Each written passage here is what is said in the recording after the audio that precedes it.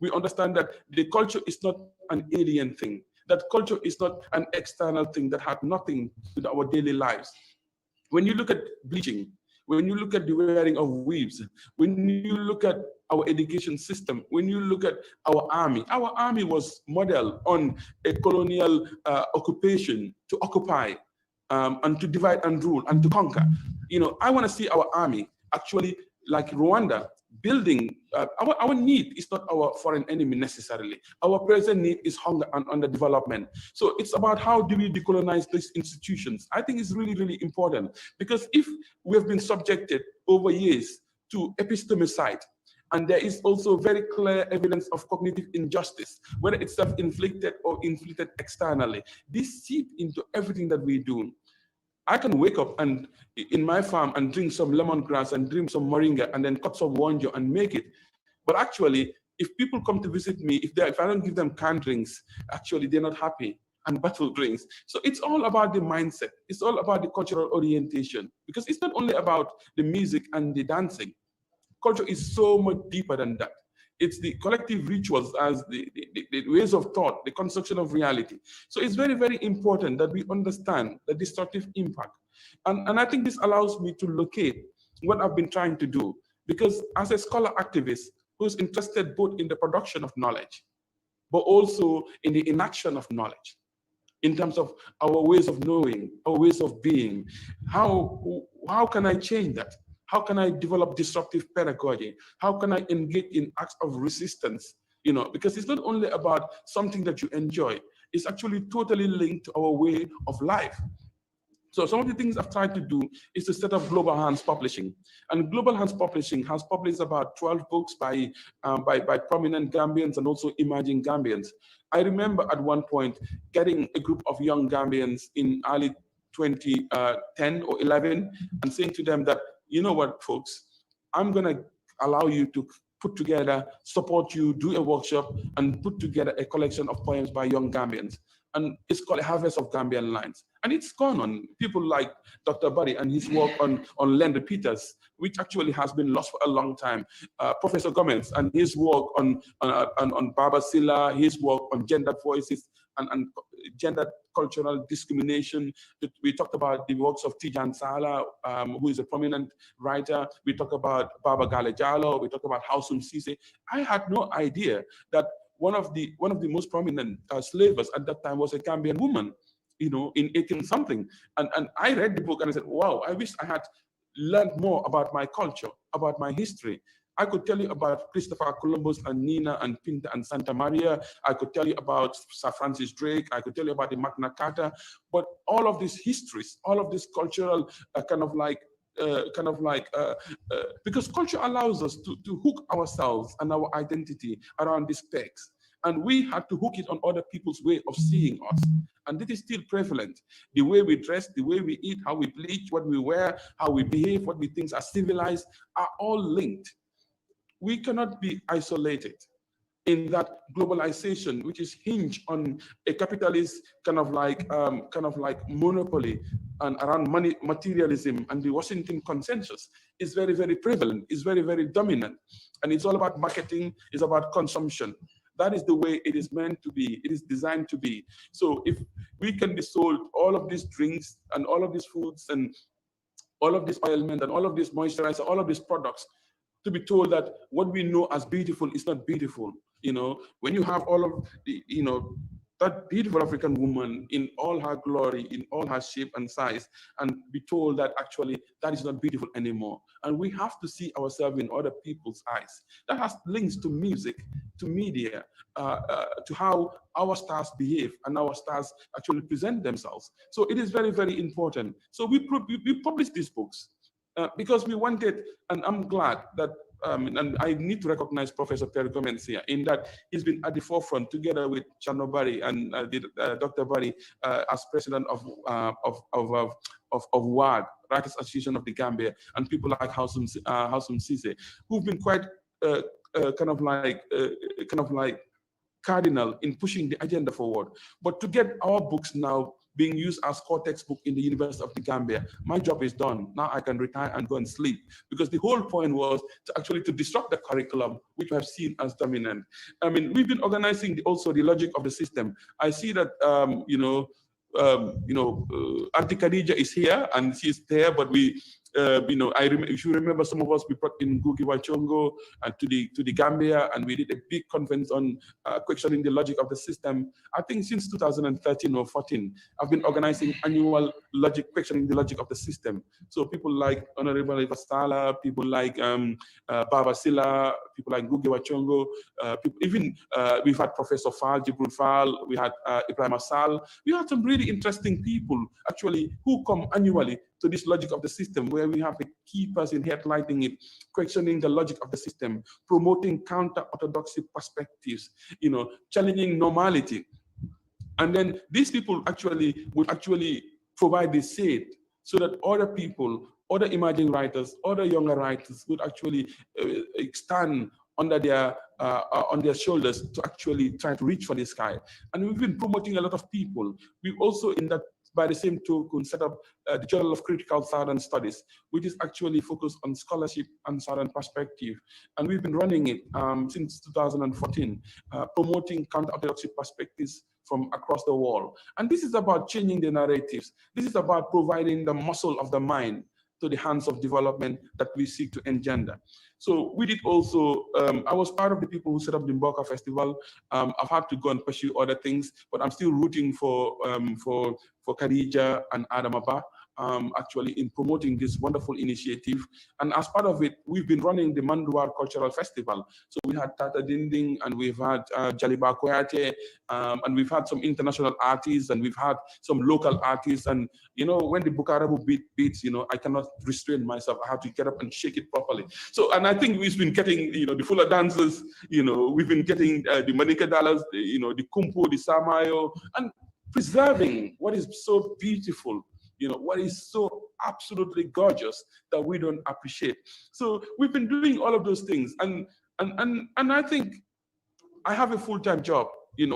I teach at Damonford University. That's my full-time job. So I've been trying to run Global Hands, and to do the conference, and to do the study visits, and to do the books, and I'm not as young as I used to be. So so the challenges are that I don't have the time to do all of these things. We've got some beautiful ideas. I could remember Njok asking me, Momodu, can you send the book 200 times? And I said, yes, I will send it. And I had every intention of sending it. It just never gets to him. And I think part of the whole issue is like, I need to realize my capacity, and that I cannot do all of these things, and that we've been mentoring a lot of other younger people to take over. So I think if you're in the diaspora trying to do some of these things, it's about, you got bills to pay, you've got a job to attend to, and you want to do all of these beautiful things. So, I mean, if you don't mind, you will develop blood pressure like me. So I think it's about pacing out time and looking at what is possible. In terms of capacity, I find out that sometimes it's really, really difficult. I mean, we've just started moving Global Hands Publishing from the UK into the Gambia, and we're in the process, with a number of people to actually set this up and to register Global Hands Publishing in the Gambia and take it away from the UK. And I think my partners don't know that I'm trying to just dump it on them and just go and do something else. But the whole point is actually it begins to build from the Gambia. It begins to engage our graphic designers, our proofreaders, our marketing experts, and use that talent and build capacity. But capacity has been a big issue. And if you're going to do all these big ideas and you're going to be dreaming like me, touching the sky, you got to think about capacity and who you can work with. And it also involves a lot of capital investment. And I think that's kind of like, that's also part of the difficult things. We've just been basing our intervention on charity and on social good. And I think that is really, really good. But you would end up spending a lot of money, because I've been quite keen to build capacity. We've built Global Hands, we've built a development hub in the Gambia. We've been doing some interesting things like building compressed air print machine, building solar dryers, running Africa's first solar power taxi service in the Gambia. So we've been doing all of these things. The problem is that the capital investment is quite heavy. And I wanted us to build independence, economic independence, so that with or without funding, we'll do things. but that can sometimes be a very tall order and stretches us, those of us who are involved financially, kind of like to a very, very large extent. So if you're gonna come from diaspora and do all of these things, you're gonna build it, in my opinion, more like a social enterprise and a profit element to it. Because if you do it for 1 year, 2 years, it's very, very good. It's all about social good, but man or woman has got to pay the bills and then also got to earn daily bread. So if you're investing more of your time running these projects and you're not making any money as a result of that, that will have an impact. So how do you actually do the social good, but make it profitable so that yourself and those who are involved can actually make some kind of profit in it? I think that's really, really good. And I think the whole cultural notion, for me, the most radical suggestion is about how we decolonize the whole system. How we decolonize. I mean, when I come back and I listen to the style of Gambian music, to the quality, I am just absolutely, I just cannot stop dancing. It's just so beautiful. And our young people, as they say, are growing roses in concrete floors, and they're doing some beautiful things with very limited stuff. So I think it's very, very important that we continue to encourage that we own it. We have to recognize the forces of globalization. We have to recognize that market forces, capitalist forces, neoliberal forces, based on Washington consensus, will have an impact on what we do. But at the same time, our clothing, our food, our music, our dance, our education system, our army, our administration need to be decolonized completely, wholesale, without any apology, for that matter. So on that note, I'll shut up now, and I'll hope to pick it up on the conversation later. Thank you very much, Dr. Salah. Well, that's it. When a scholar activist takes the floor, you can see the passion. And that was the reason why that French, your friend, the Frenchman asked you, pourquoi mon ami? Oui, pourquoi mon ami? Because of the message that you were trying to put across. Yes, the painted blood. And that was the reason why, pourquoi mon ami? Pourquoi mon ami? Because of the identity, that your identity is rooted in your culture, and that's what you wanted to put across. Pourquoi mon ami? Because that culture is not alien, and pourquoi mon ami? Because you wanted to decolonize the system. You wanted to question the logic. Pourquoi mon ami? You want to now reclaim your identity. You want to reclaim your independence. Yes, and you want to respond to what Dr. Landry Wilfred Peters said. What did you do with your independence? And you don't want to be at the periphery and watch. That's why, even being a scholar, you want to be useful to society, like a citizen. A citizen exists because he is useful to himself, to his family, and to society in general. So therefore, development, as the scholar artist understands it, must be culturally rooted, and all hands must be on deck to support culture, promote culture, and people to understand their culture, their identity, and shape their destiny. That's the key message here. So, ladies and gentlemen, we have some discussions. We have 5, 6 of them, 5, and we'll start. We have Dr. Chernobari, and then we'll have Dr. Maria Makan, Hasum Sise, Yok Mari Gang, and Khadija George Sise. So Dr. Chernobari, who is the president of the Writers Association of the Gambia, is also currently the executive secretary of the Human Rights Commission, was with UNESCO, both here in the Gambia and in Paris, and former UTG lecturer. He's wearing many, many caps, but what is key here is very, very interested in the development and promotion of Gambian culture in general and literature in particular. Dr. Barry, over to you. Thank you very much, Professor Gomez. It is my honor to join you on this panel to discuss on the issue at hand. Knowing that I'm just a discussant, contrary to my colleague who has been very expressive just a while ago, I will probably get directly to the point. I want to greet everybody who is around. The cultural expression that has been mentioned. Sorry, Dr. Barry, you have 5 minutes, and Yes, the rest of the discussions will also have 5 minutes. Indeed. So let me capitalize on it. Cultural expression, as defined by the previous speakers, clearly defines actually a people. It defines a community. When we talk about culture, it is exactly the identity that is attached to a particular community, people, a group. Is what makes them what they are, naturally, because the first that you think about is about the language, the dress, the religion, the work of art, their expression. It has been mentioned by both Sona and Dr. Sala. It's the music, it's the dance, the folklore, the storytelling. It's the proverbs, the drama, the poetry. But also it's the practice of it, it's the ceremonies.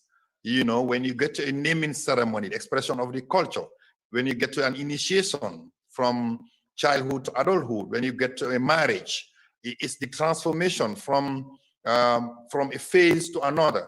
But this is also all expressions of feelings, of emotions. Because if you talk about culture, you're talking about how you express your pains, your joys, your frustration, your concern, your identity. And when you talk about identity, this is now the whole concept of having to either lose your culture or having to regain your culture, or having to preserve your culture. And it gets to a much bigger point in that regard. So in the case of the Gambia, and in particular, but in Africa in general, most of our cultures have been mostly based on the orality of it, apart from the other forms of expression. We've got, for example, when it comes to literary expressions, it's more of oral. It's in the proverbs, it's in the poetry, it's in the sanakuya. How do you relate with the other group? How do you relate within the group? How do you relate within a tribe? So this defines a people. The Gambia, being luckily what it is, has this what we call the cultural diversity, this rich cultural cacophony of colors.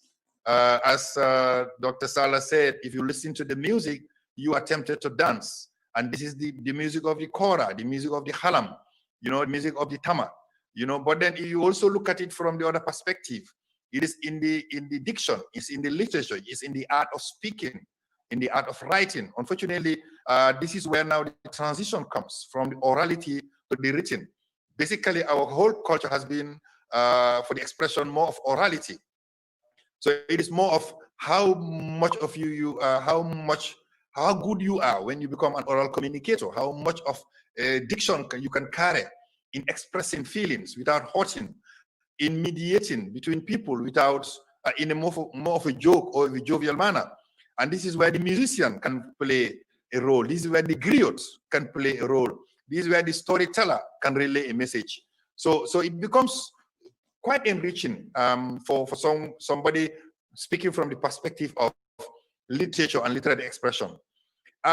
So naturally, if you look at the history, especially within the Senegambia region, I'm sure most of us who have done a little bit of that research would remember what they would call the negritude where there has been cultural resistance. And this is tied to a little bit to what Dr. Salah mentioned.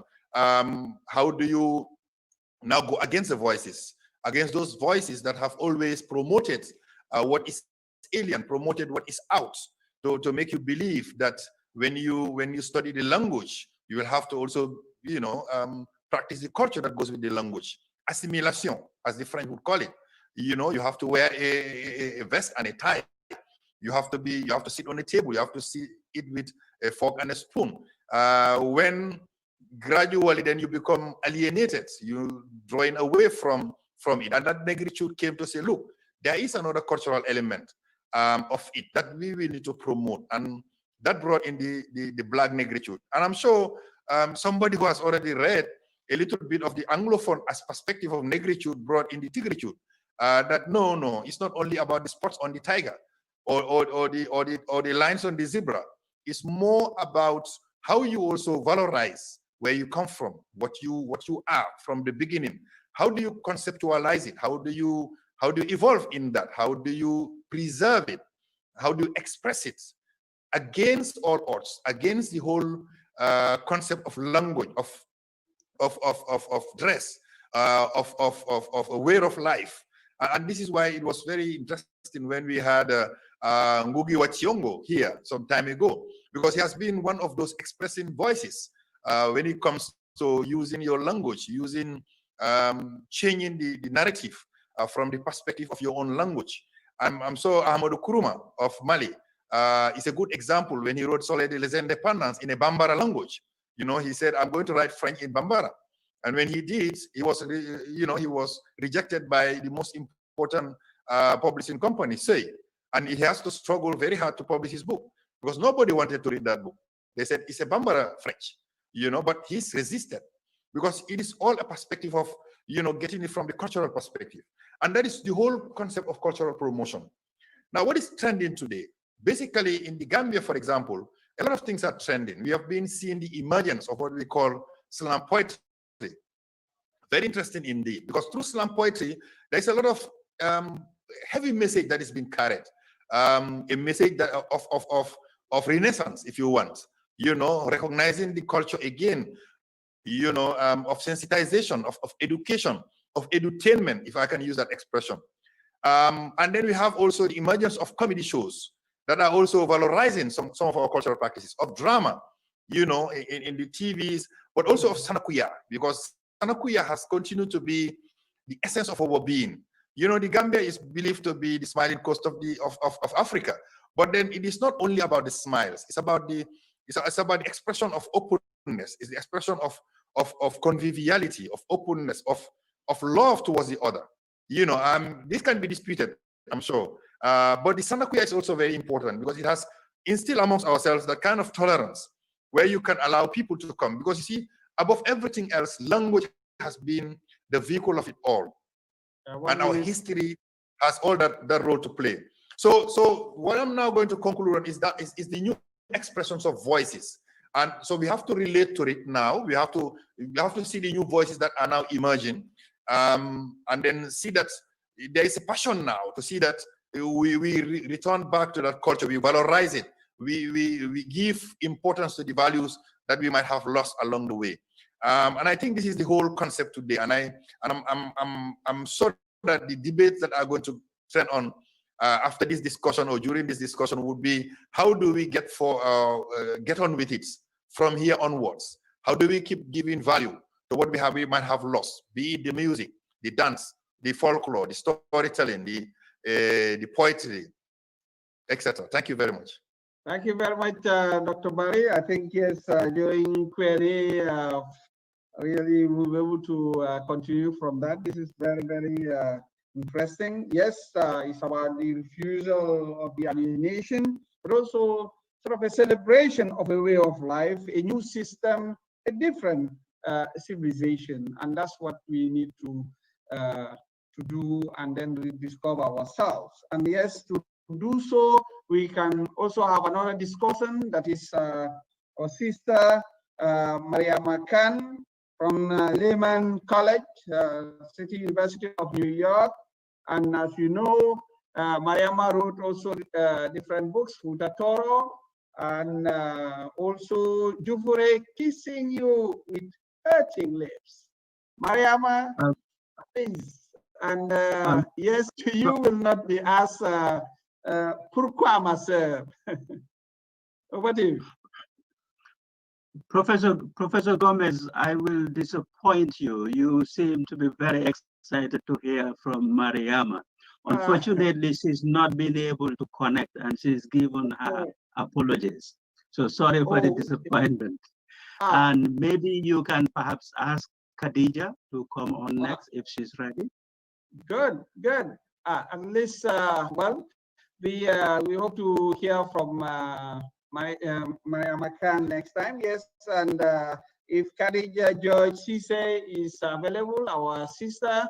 Also Khadija, who has been promoting Gambian culture, Gambian literature, but African literature, culture, and link it also with the diaspora. Like Dr. Salah earlier on, trying to help publish the Gambians and Africans, both in Africa and in the diaspora, through several. Khadija George was doing so, and also the practice that Dr. Salah talked about through Mudimoka Festival, among other activities. So, Khadija, welcome to your terrain. This is what you've been doing in your corner, in your comfort zone. Share it with the rest of the world. Let them hear that. Thank you. Greetings, everybody. I will try and keep this short. So this is general greeting, general Happy New Year. I hope it started well for everybody. I've just been asked maybe to respond to maybe some of the discussions that have gone on at the moment. And I think it's what has been so great to hear is that both of the keynote speakers have shown that we're all on the same platform. They're just talking from slightly different angles, but we're saying the same thing. And that same thing in one word is decolonization. It's got to happen. And we're at that stage in the world now where it has to go in that direction. And for Gambia not to move in that same direction, to think that it would follow the status quo of what it was 5 years ago, or even 2 years ago, then they'll be going backwards rather than advancing. So the opportunities are there to kind of grab it and move forward in the way of decolonization, exactly in terms of practice, in the way that Sonia was talking about was absolutely beautiful and wonderful, is what we all want to hear. And even in terms of as well what Dr. Salah was doing, and in terms of as well taking the publishing to the Gambia, that's all really important, because in terms of the and the decolonization has to happen within the continent, but also outside of the continent when people are going abroad, and when we're taking anything of the culture abroad, it has to go in that direction. Because in terms of the content and in terms of the structure. So it's no good, like in my university at the moment in Brighton, they're very excited, they're decolonizing the curriculum. I said, what's the good in decolonizing the curriculum if you're not decolonizing the structure? We're not going anywhere. We have to kind of look at things in those ways. And in terms of artists, in terms of like in the diaspora, as some of you know, I've just been working on the exhibition of Khadija Say's visual artwork, which is, people can access it on the British Library website. It's not going to be an online exhibition, but there will be a video there, which I'd like to thank Malik Jang and Hasim Sisse for being expert advisors on that project. And the visual artwork of Khadija Say, who died in the Grenfell fire in the UK, she did that very thing, even though she was a young woman diaspora artist, only 24. She started from the base of her Gambian culture. She put that first. I mean, at the age of 24, she was at the Venice Biennale, which is a major thing for anybody, but even at that age. And then she wove in the intricacies and the technology of the European, of technology that she gained afterwards. You know, so all of the work came from the bases. It was all titled with Gambian words. And so we were deconstructing it to try and understand what she was doing. We had to deconstruct it from a Gambian base, not from a European base. So that was really exciting. And that's what people love. And that is what we continually have to do. So even when we talk in terms of what we're doing, we have to start with Africa first and then put the European stuff afterwards. And it's so easy, we all do it because that's how we've all been raised, and it's so easy to put UK first. So even I have to, when I'm being asked about my identity, I have to say, no, I'm African British, I'm not British African. You've got to put the Africa first. And this is how we've got to encourage our young people to continually do that, so that even when if they are not born in Africa, that just in terms of locating it from Europe, that they're always thinking of putting Africa first. It's very, very important. And that's the way things are going to. We can see that is the way that things are started, and we have to, even if there's going to be some resistance, we've just got to keep pushing to make sure that that's there. So I was really glad as well to hear, especially since I'm from the writing perspective as well, that Global Hands is going to be Gambian based. I mean, mentioned Ngugi wa Thiong'o a couple of times, and he really loved being in the Gambia and loved what we were doing. And so what he allowed us to do, for example, is take one of his short stories from Kikuyu and translate it into Gambian languages, because there's a strength for African people to see classic work in their own languages rather than reading it in translation in English. And then we even did the same with Linton Kwesi Johnson, who's a dub poet. We went from Jamaican patois to Wolof. We didn't go from Jamaican patois to English to Wolof. We went from Jamaican patois to Wolof, and we were able to do that. And those are the things we continually have to do. So like I said, in terms of the speakers, the keynote speakers, thank you, because you're demonstrating already that it's not difficult to do, starting putting Gambia first and putting Africa first. And we continually have to do that. And so not only in terms of we're always in terms of saying whether we're taking the young people moving forward, but in terms of, if it's possible, their parents and their and whoever is looking after them, in terms of not encouraging them to do that, and not kind of saying that they have to, not only kind of supporting them if they're putting European frameworks first, and that putting the African ones is a good thing to put first. I think, and that still happens in Africa, and it still happens as well in the diaspora, in terms of, for example, yes, if you don't learn English well, then you're not going to do very well. We've got to kind of get rid of all of that notion. But I think it's happening. And when you do it from a cultural base, everything else actually moves forward much easier after that, because the culture is the foundation of it. So if we're starting from there, it makes everything else much easier. So thank you. And I just wanted to say, you have to excuse me, I have to leave early for another meeting, but I will still be on for another little while. So thank you, Dr. Gomez, and thank you, Professor Fowle, for inviting me to respond. Thank you very much, Khadija. I think that's a very good contribution, and it's really to the point. Yes, before I ask the next,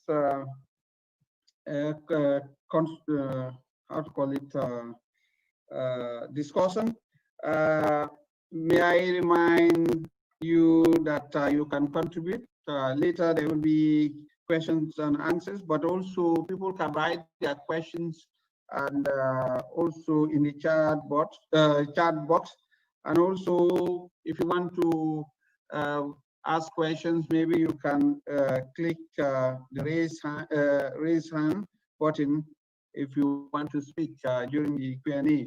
But if we are here to read that, I think we need to go back to the center.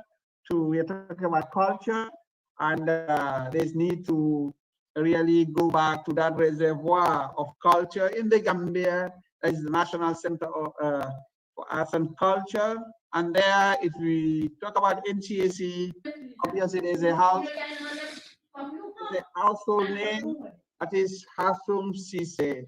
Hasum is a historian, a literary critic, and he has written many books, Gambian women and interactive history, profiles and historical notes of Gambian women, and he co-authored with me geocritical representation of Banjul.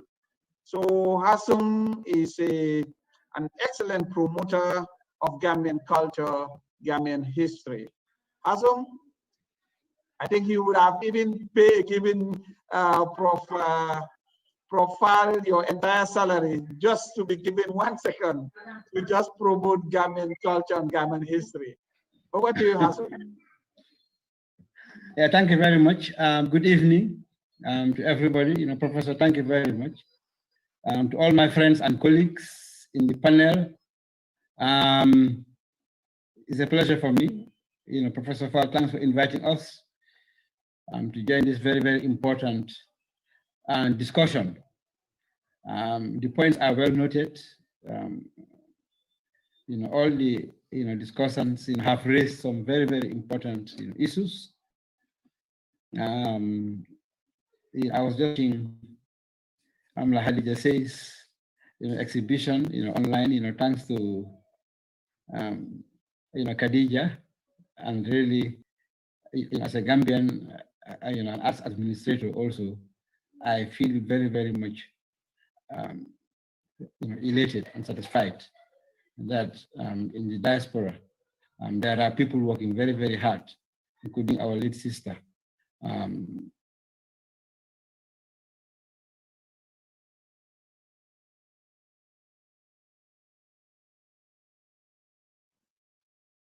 Also,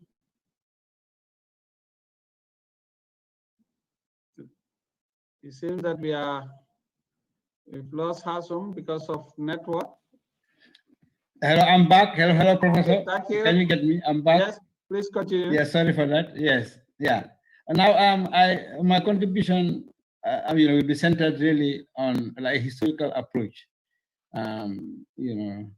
to the whole, sector, the arts and culture sector, as it evolved, from colonial rule to now, because even the colonialists, had like a cultural, agenda, when they were here in the Gambia.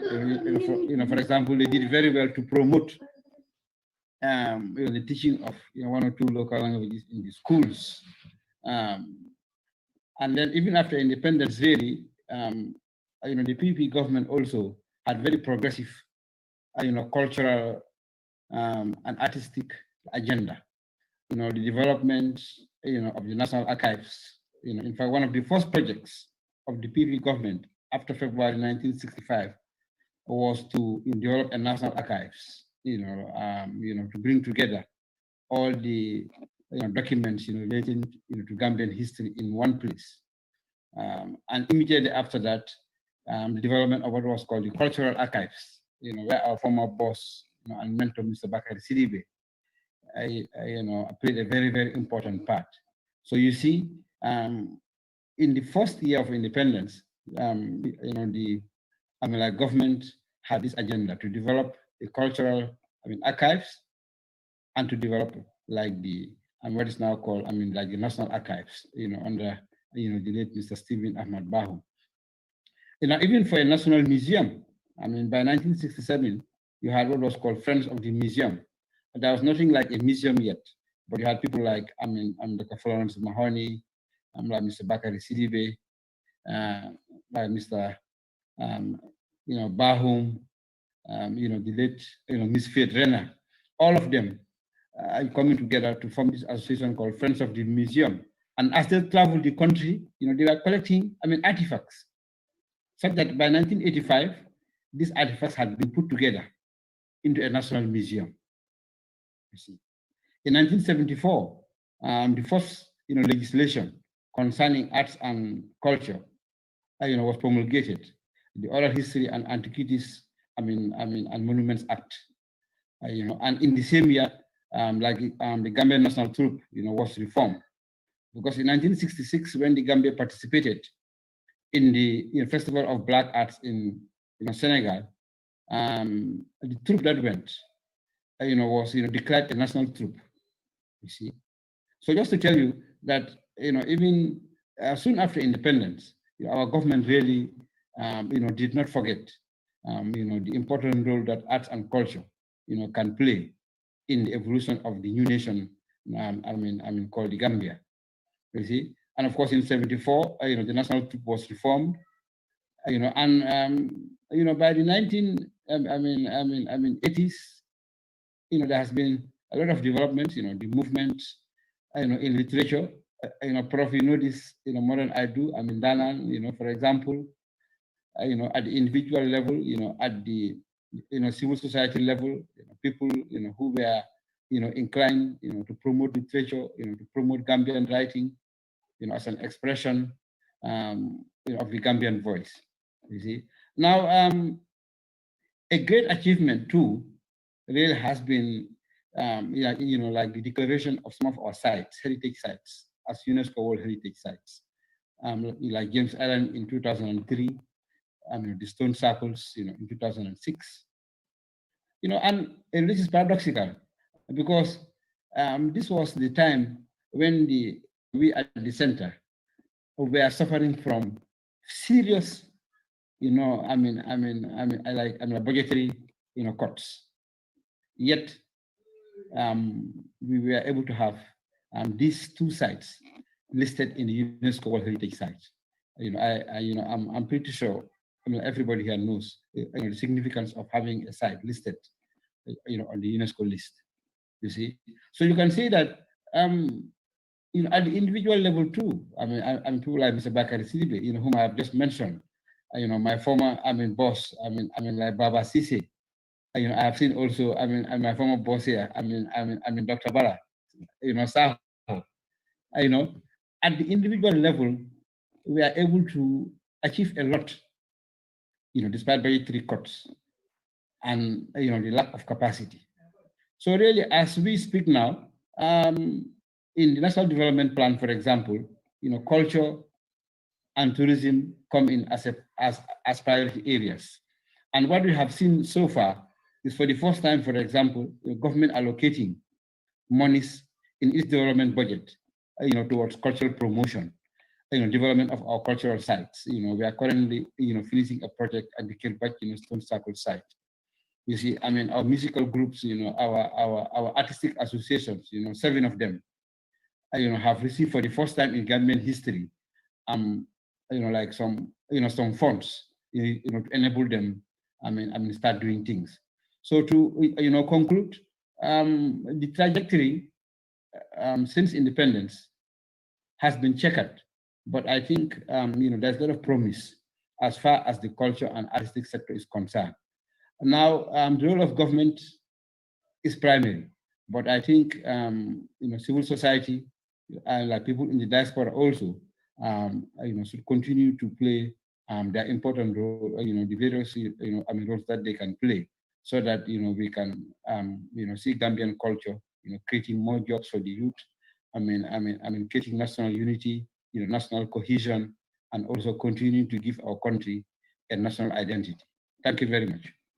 Thank you very much, Hasum, and taking us through memory lane, and also the activities taken so far, achievements by the National Center for Arts and Culture, and also some of the other works that have been done by your predecessors and which you are continuing now. So thank you for that, and La Lucha Continua.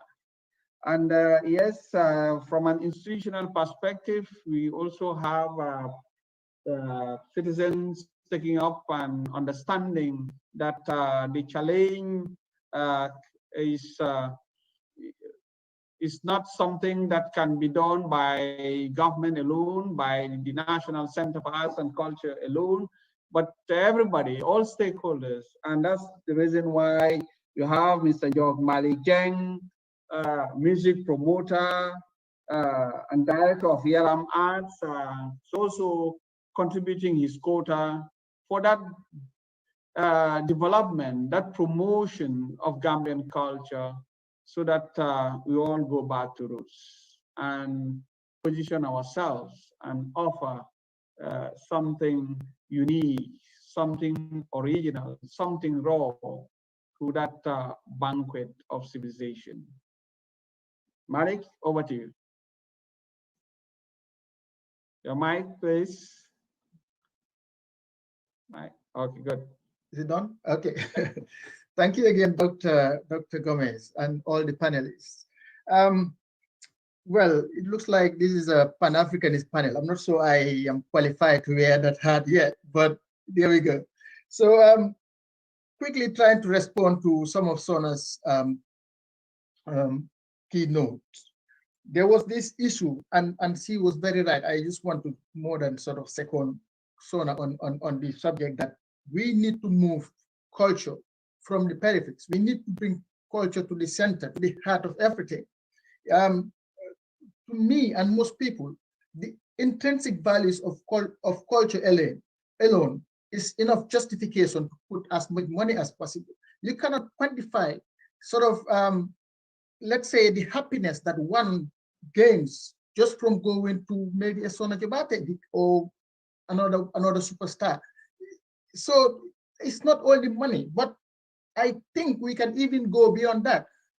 People like yourselves here, all these arts practitioners, you may even consider sort of commissioning a survey to look at the economic sort of impact, the economic sort of contribution of our culture to the Gambian economy, or the potential.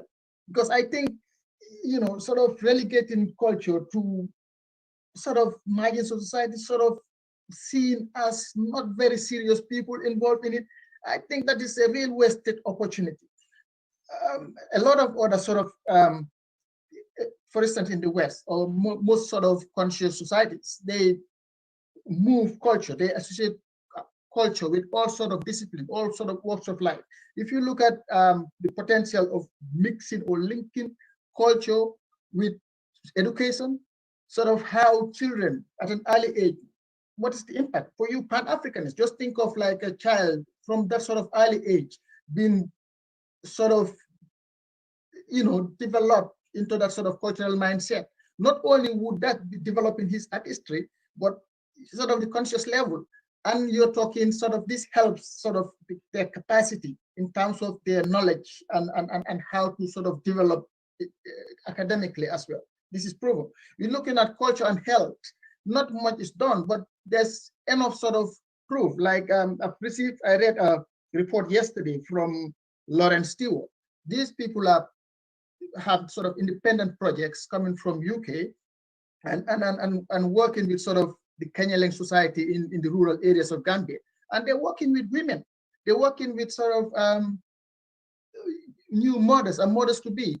And there's sort of scientific proof of music, and these Kenyaleng people perform performances, and the scientific proof of how these sort of heal both perinatal, antenatal, and prenatal sort of people in those areas. So I'm looking at, you can look at culture with health, you can look at culture with agriculture, and not to talk of tourism. We all know sort of the potential that has, you know. So I just thought I quickly reflect on that. I don't know if I have enough time. I know it's only 5 minutes, but if I may also add, in terms of looking at sort of what the and diasporans can contribute to support culture, to appreciate and to support the development of Gambian culture. What would come to mind quickly is sort of, I'll just pick 3 quick ones. Maybe so these ideas of international artistic exchange programs. You know, it's always refreshing to bring people from different backgrounds, allow them to sort of collaborate and develop new work. And diasporans, particularly in the West, they can, those engaged in the arts, and for that matter, they can explore sort of these opportunities. And there are a lot of charitable foundations that can support such initiatives, you know, like whether it's the European Union or Gorsi Institute, Ford Foundation, Alliance Francaise, similar sort of funding streams you can find if you just search for it. So I'm looking at sort of practicalities here, how diaspora can practically support the development of Gambian culture. That's one sort of opportunity and suggestion, really. There's others like, I touched a bit on cultural and heritage tourism. Obviously, there's a massive market out there. We know a lot of sort of Black Americans, Black British and Black Europeans who really want to discover more about themselves.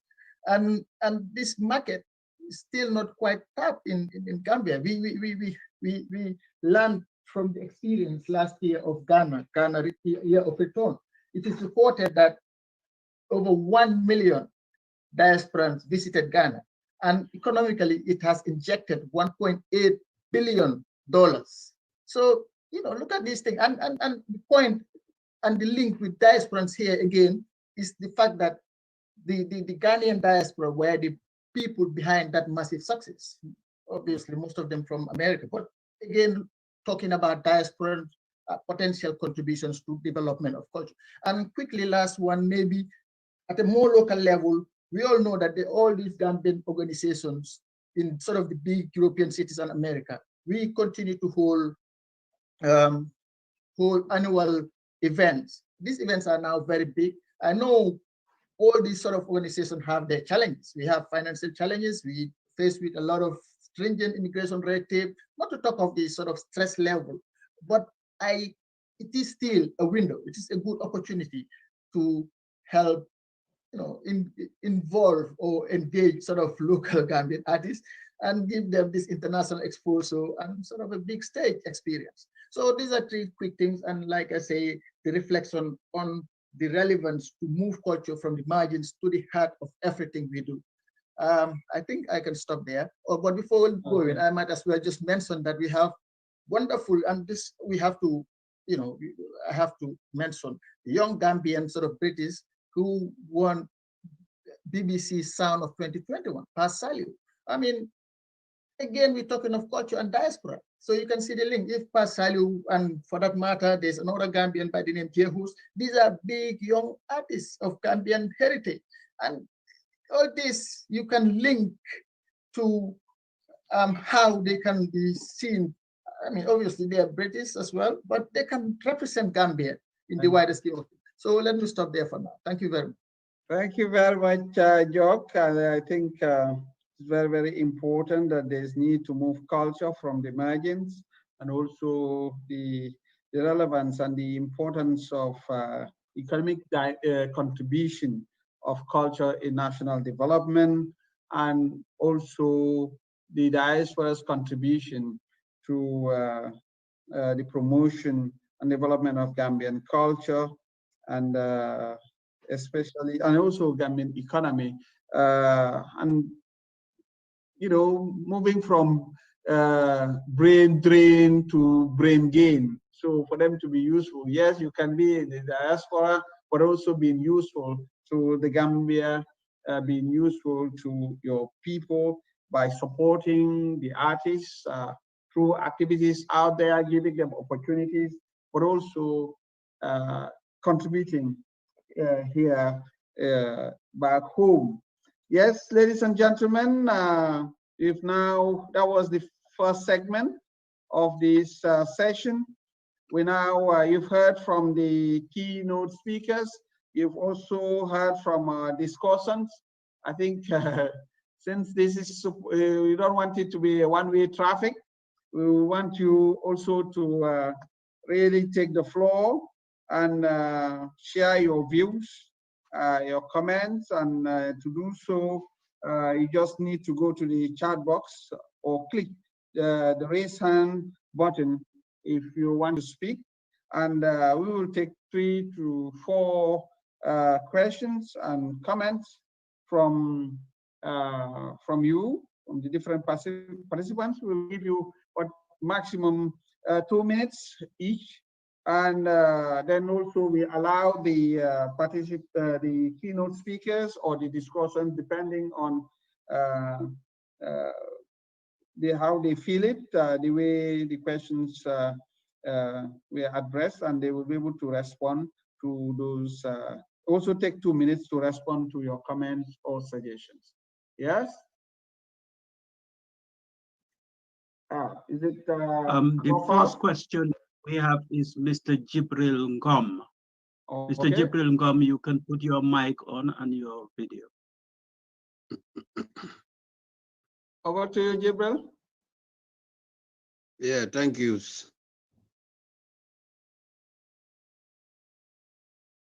Gabriel, your mic is mute. Am I there? Yes. Go ahead. Yeah. Hello to every one of you, and thank you so much for the brilliant speakers who have already speak. You know, my English are not so much intact, but actually I would try my level Don't worry if the idea, we want to get your ideas. Don't worry. Yeah, fire away. I will commend all of you actually for the brilliant speakers, special my sister, my colleague, Sona Jobate. You know, she said it all. Actually, she actually emptied my brain, and actually, I will question you people about how often will you do this kind of meetings? You know, actually, because it's a big opportunity for me to be part of it and listening to you, brilliant people. You know, and how can we have contacts with the musicians who are in the diaspora here? How can we have contacts with experts like you people? Actually, I know some of you people, especially the Nene, Ndey and Malik, Njok and Co. Actually, I met Sona once in Oslo. She was playing here. But actually, experts like you, we will like to have contacts with you if it is possible. Sometimes when we are eager to ask some questions related to culture or to how can we proceed, you know, our opportunities, because actually I'm from the Griot family. Actually, Malik Njog, Nene Bojang and Co. know me very well. I'm doing my best to promote the culture since I was in the diaspora 24 years ago. And I have been working with Nene, Malik and Co. And I will thank them for their supports to us. I have been to London for quite times, and Nene, just recently we have in a project with IAC, you know, and I really appreciate them. And they have launched a project with me, Ndey and Nene, on behalf of the Gambia House. Actually, we are not well educated. The musicians who are in the diaspora, actually, we are well talented, but to get into the system, you know, I don't know if you people can understand me, to get into the system.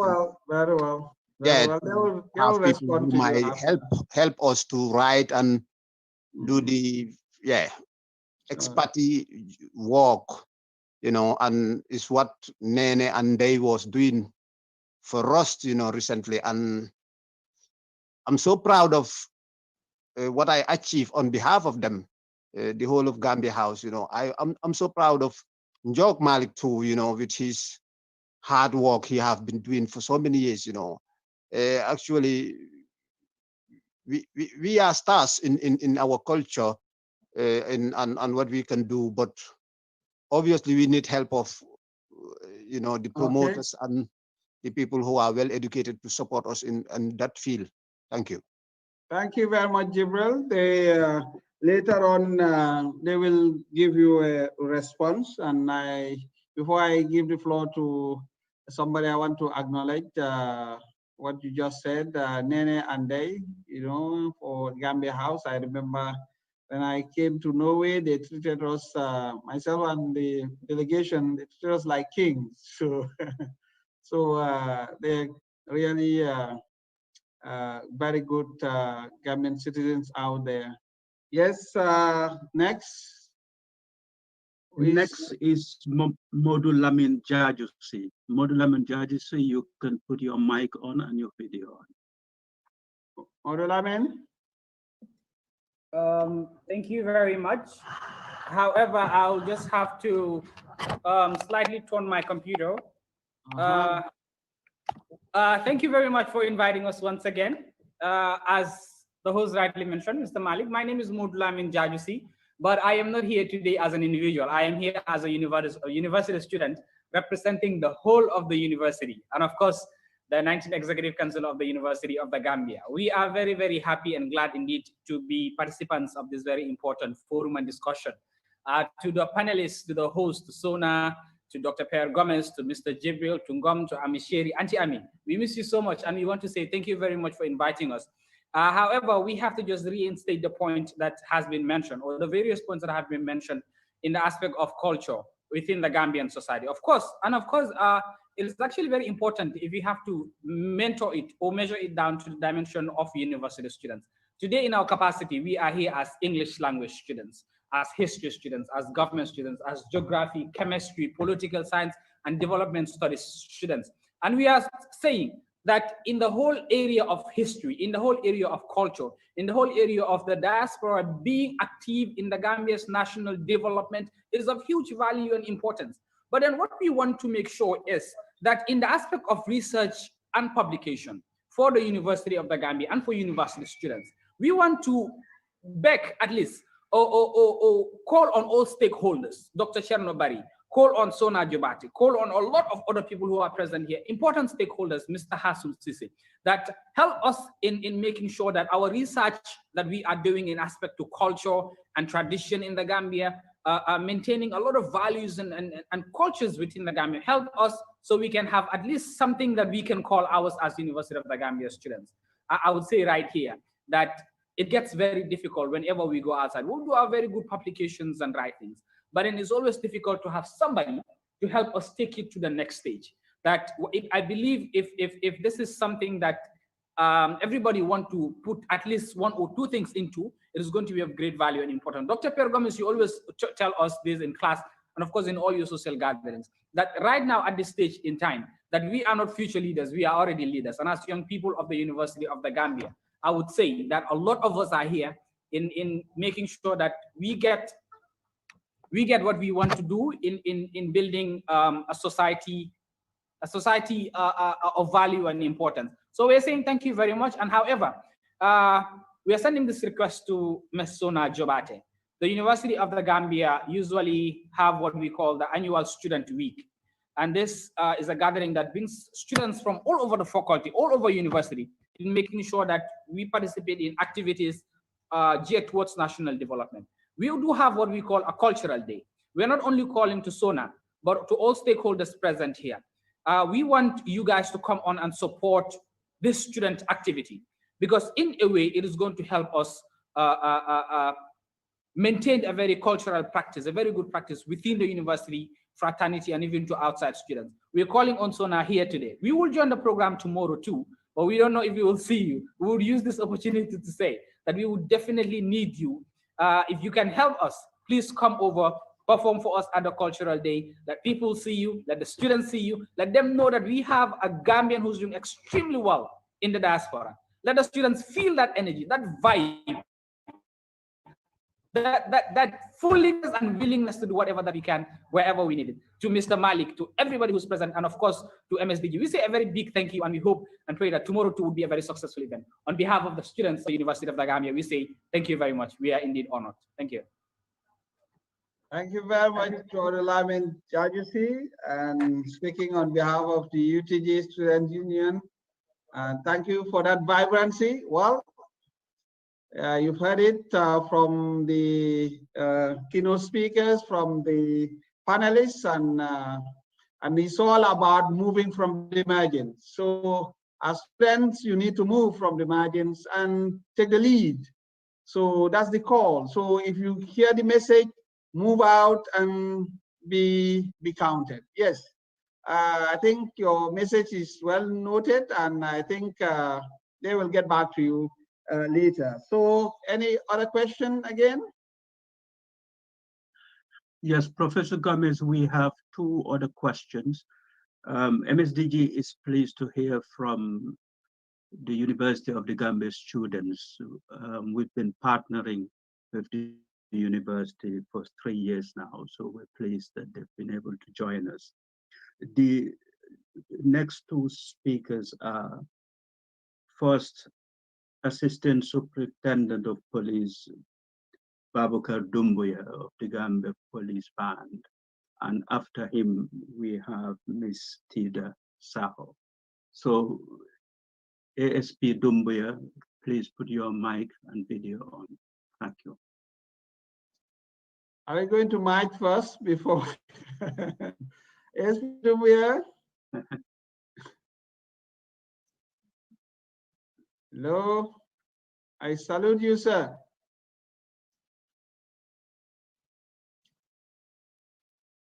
ASP Dumbuya?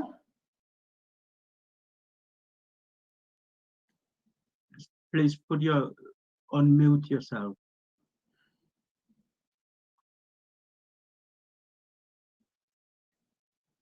ASP Dumbuya, unmute your mic, please.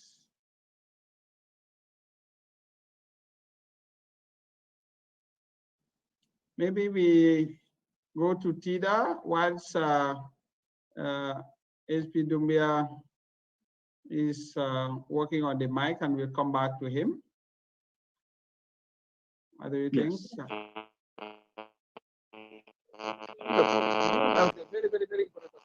Hello? No. Hello? Who is on the line? No, I can remember. You are the one who replaced as press officer later, Director Tourism. Hello, Waka, SP Dumbuya. Very bad. SP Dumbuya. Very bad.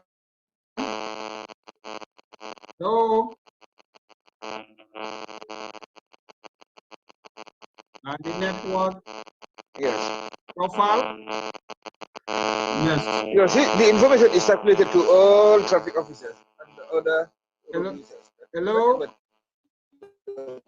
It seems that SP Dumbuya is not getting us. Can we move to Tida and come back to him after? But notwithstanding that,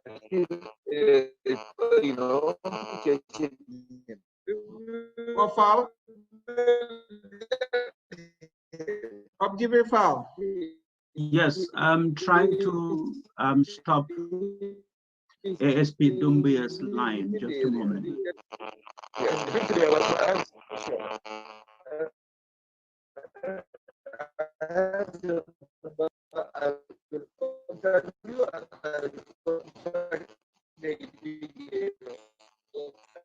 Then it seems okay. Yes. So, Tida Saho, can you please put your mic on and your video?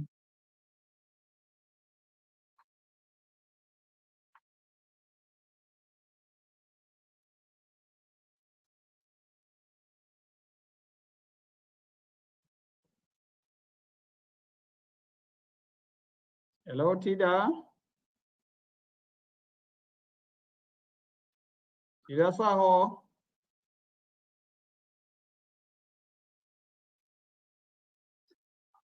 Professor, maybe you can go to the panelists and we would try to get Tida and Dumbuya again. Thanks. Okay.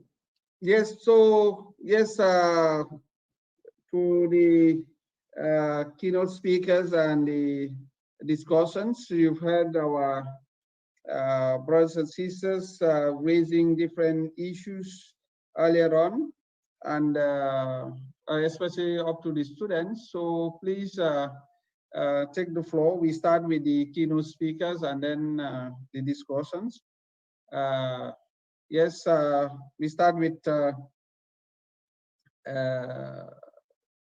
our sister, so Sona.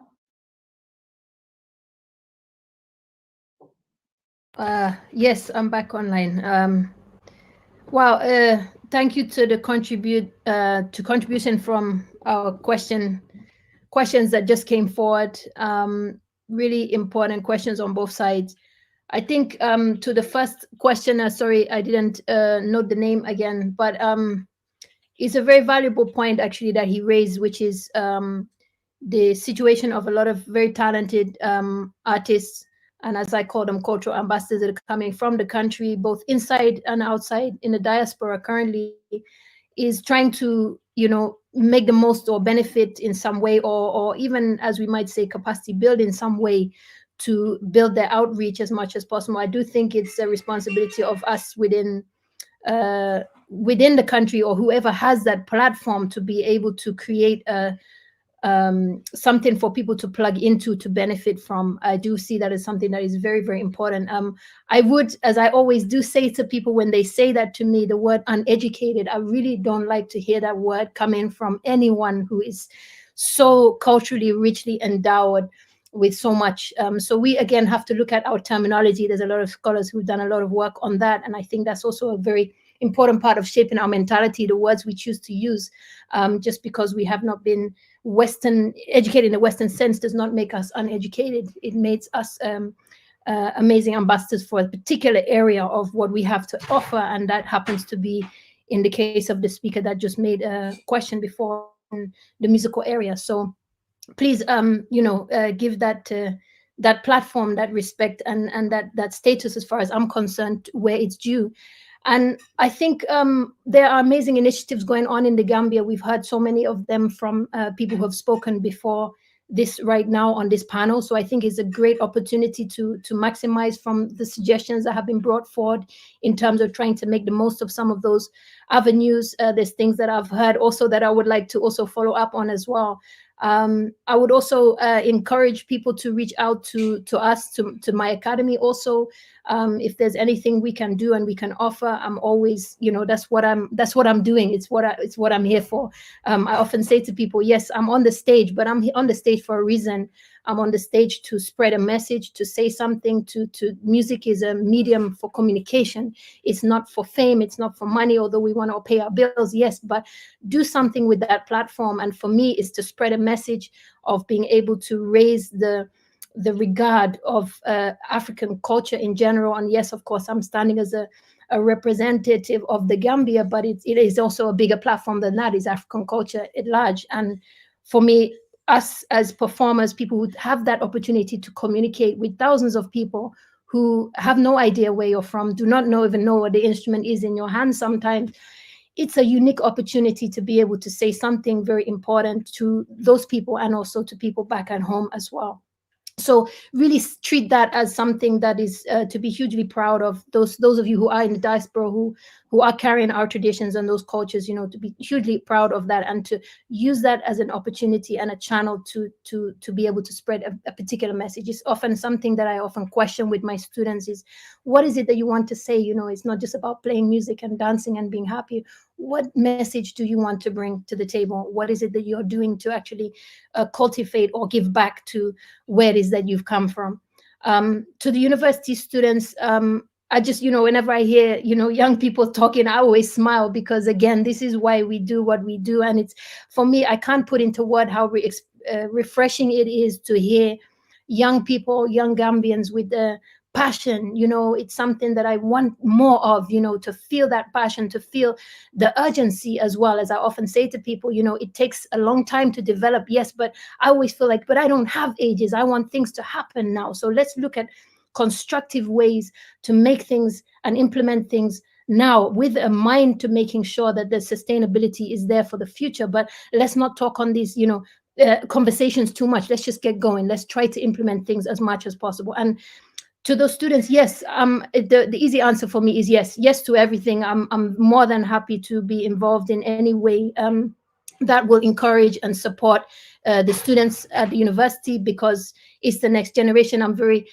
sad to say that I have to say that already, because I like to feel I'm still young, but I'm seeing the next generation already coming up. So I have to say, no, that's really where I'm looking at. And so anything that I can do or be of service to that, I'm more than happy. So again, please reach out to us. What I will do is I will leave contact details in the thread, so that you can pursue it on that and the discussion can be taken further. But most importantly, foremost, I just want to say a big message to all those people like you, the students and so on, is, really our hope, our future, my hope and my passion and my future lies in you. So please keep up what you're doing, please. Thank you very much, Sona, for that positive vibration. I know the students must be very happy for that positive response, and I think they will take it up and engage you. Yes, profile, can we continue, or you have somebody on the line? If not, yes. Uh-huh. We have Tida Saho again. Okay, Tida? Tida, over to you. Tida?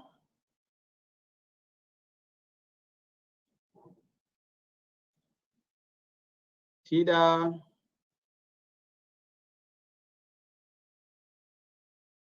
Maybe there's a technical issue there. Maybe we Okay, can. so we try Dumbuya one more time again. Okay. Mr. Dumbuya. Yes, ASP Dumbuya.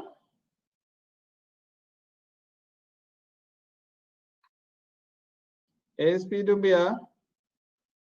Well.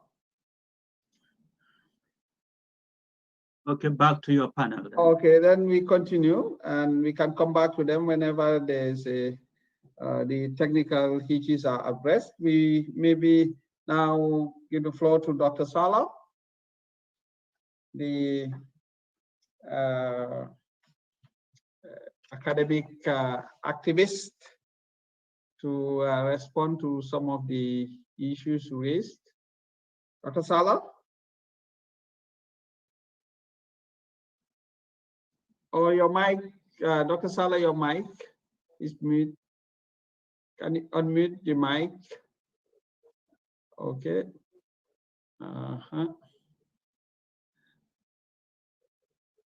Dr. Barre, you could have done it the fuller way. Okay, is that better?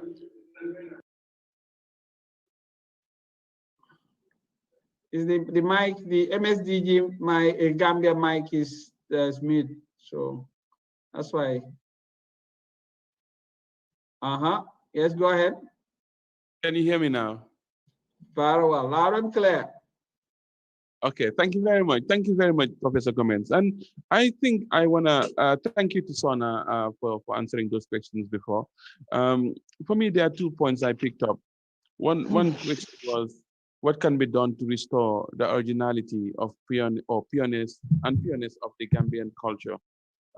That's a very interesting question.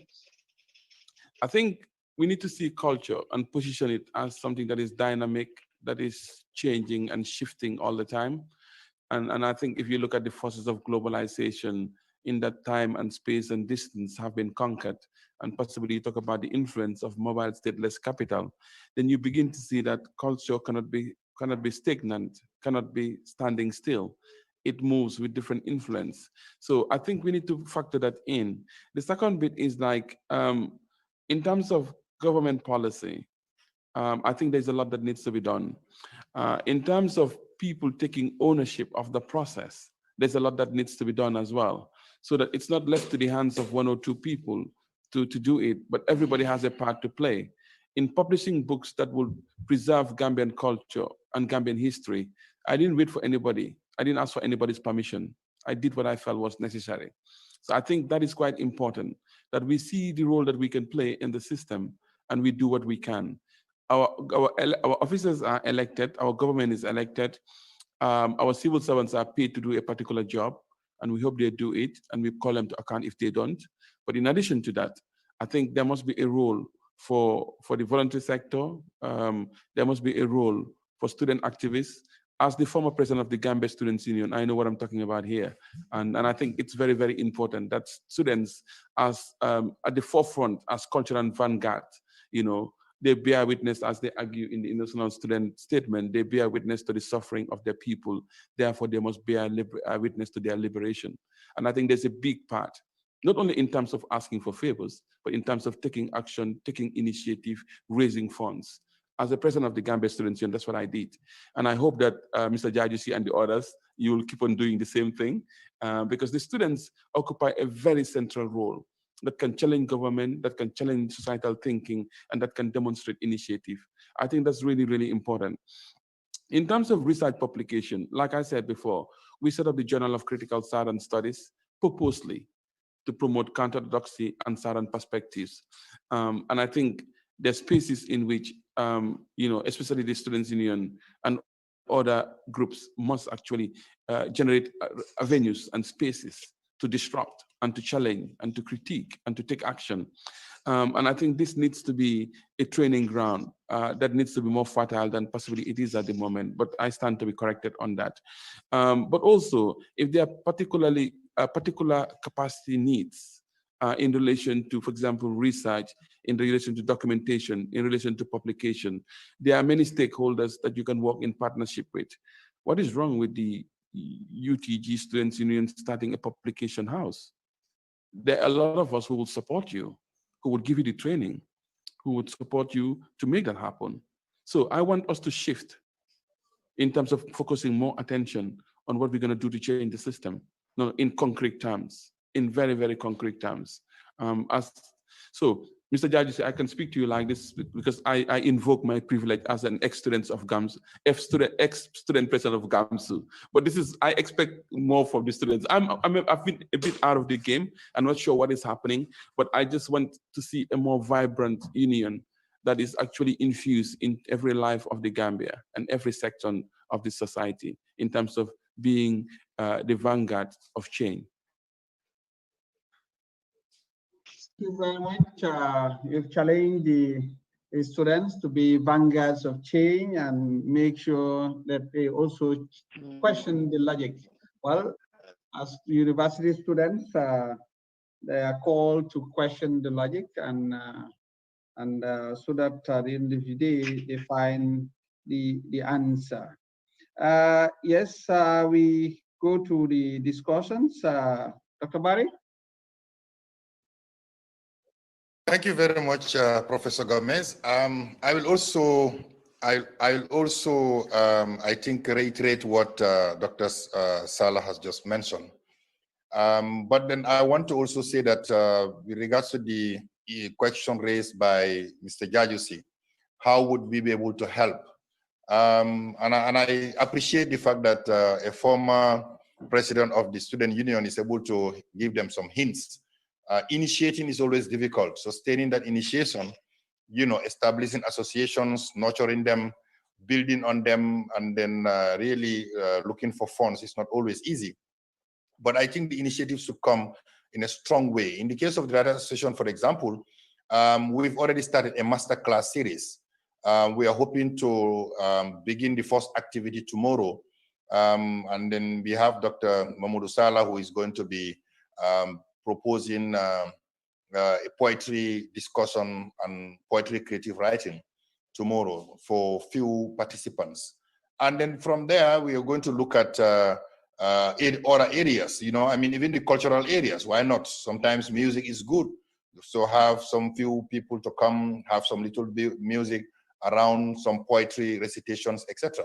So there are some masterclass series that will come. So Professor Gomez and others would be invited to propose a one-day working session, training session, a sort of interactive workshop with some few students or few participants, members of the Writers Association or others. Some of it will be put online, others would be face-to-face. But this is all to also answer to the question of production, quality production of literary expressions, because we've been having challenges finding serious, language problems, particularly, but also in the expressions of diction and style when it comes to writing, where we have seen a lot of people wishing to write poetry, but also prose. So these are some of the small efforts that come our way. And I joined the panelists who have really been urging us to start revisiting how we can, reshape our culture. It's not about criticizing or rekindling, or it's more about where we were and how do we move on from there. And I appreciate the stance that Sona made. It's not about minimizing the efforts. When you look at music, people see it from a different lenses, but it is a whole life of its own. And this is the whole cultural expression we were talking about. Literary expressions have been emerging, with a lot of productions, but we really need the support of critics, to help in that production.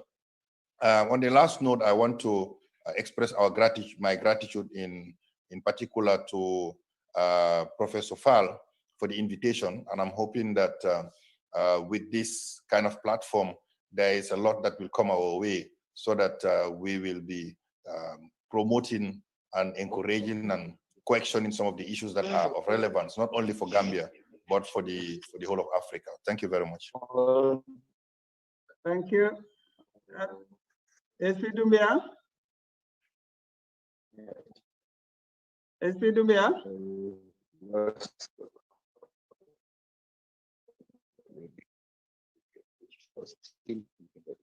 Hello?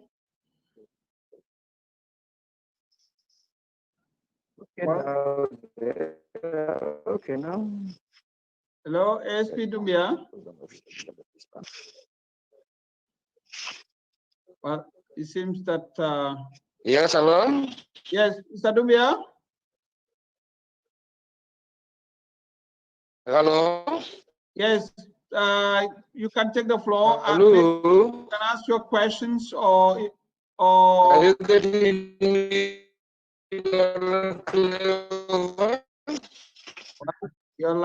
Your mic is breaking. Your line is breaking, rather, so it's difficult to hear you. Are you receiving me loud and clear?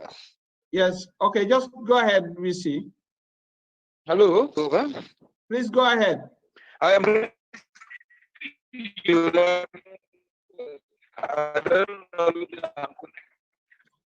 The mic, your line is breaking, unfortunately. Must be network problem. Yes, I don't think it's clear enough. Yes. Professor Gomez, we do have Ndai Jabate. She's available to read out some of the questions that were typed into the chat box. That's my sister, Ndai. Ndai, good to hear from you. Over to you. Yeah, good to hear from you. Thank you so much, and thank you everybody. I'm so inspired and motivated to continue. I call myself an accidental artist, finding myself writing about publishing books of Gambian stories and folktale due to my daughter who couldn't find it in Norway. We look around, couldn't find books for African kids in terms of stories, and then that's how I got myself publishing books, and she really made sure that I start publishing. But just to go back and read the questions, we have questions from the University of the Gambia Student Union. They are saying that the African culture has been replaced by the Western culture. What can be done to restore the originality and pureness of the Gambian culture?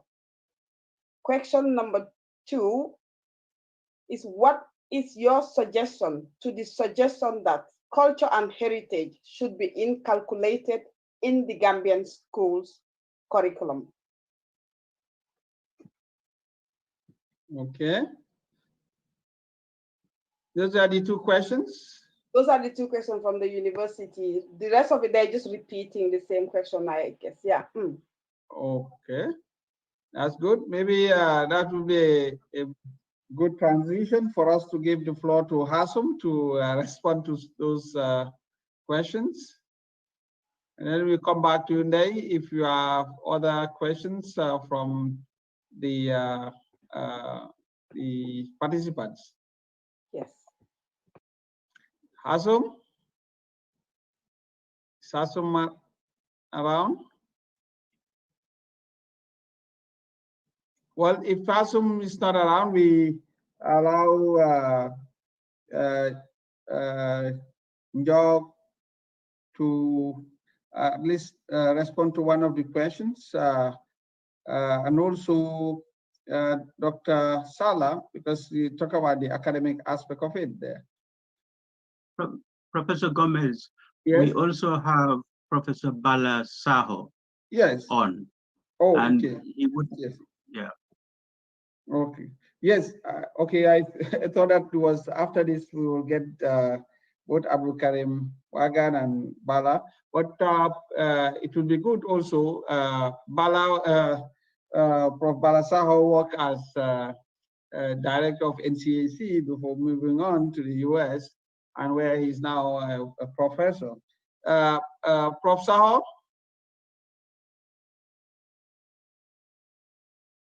To unmute. Can you hear me now? Yes, loud and clear. Wonderful. Thank you, my brother. You're welcome. It's been a while. Exactly. How are you? Fine, thank you. Wonderful. You've heard the students, not so? Yes. And the questions read by our sister Nay. Right. Exactly. Take the floor, my brother. First of all, I really want to thank Dr. Jibril Fall for bringing me into this. And I really think this is a great initiative and timely, considering the state of our cultural industry or the position of culture these days in our country. The presentations are inspiring, and particularly, hands up to Sona, Kumba, and Ami, for all the wonderful things they have said, and all the presenters, particularly to all my brothers, Cherno, and of course, Hasum. But really, I just want to make 1 or 2 points. And the first one is, I don't know. I mean, I hope somebody here will correct me though. But the Mandinkas, they have this saying, they say that kulumbula lalube ngania killing. I don't know who will help me translate that. But, I think it simply means that we are all in the, right? We all get into the ferry or into the boat, sort of to cross the river, right? I mean, have I translated that well? But meaning that our desire really is to safely cross the river to get to the other side. Even though I cannot speak Fulani, but I think Fulas also have another proverb that I think is an addendum to what the Mandinkas have said, right? And Charno, please help me here. But I think the Fulas also said that taro lumbata mayo, right? If I understand right, that means that going round and roundabout will not make you cross the river. The reason why I bring this out, for me, the essence of these examples are that even though our desire is to safely cross the river, or our desire is to safely sort of achieve our purposes, I think there is a need for us to step aside and think about culture more deeply, right? Sort of more deeply and sort of more seriously, right? So we can ask ourselves certain questions. Do we have all the necessary tools or the skills sort of to teach particularly and to study culture more seriously, right? And I think there's another example. For example, even if you think about the NCAC that Hasum spoke about, right? If you look at the depositories or the archives of the NCAC, if you look at all the collections that has been done in the early 60s and 70s and 80s, they are far more superior to the ones that have been collected in the late 90s and quite recently. Because during that time, most of the works that were done, I mean, the Gambian, Sidibe, and others were held by all these sort of British and American scholars, PhD scholars who came to Gambia to do research. In a sense, they helped, to make the archives grow and collect really good materials, because I think they have at least some knowledge, not to interpret, but at least to ask very good questions from people, so that they can collect enough and good materials. So what I'm saying here is that, particularly what what the students ask, why can't, for example, our government, invest at least something in culture? Because if you look at the NCAC, but it's only Hasum right now who has a master's degree. If he leaves now, NCAC is dead. Our culture is, our repositories are almost dead.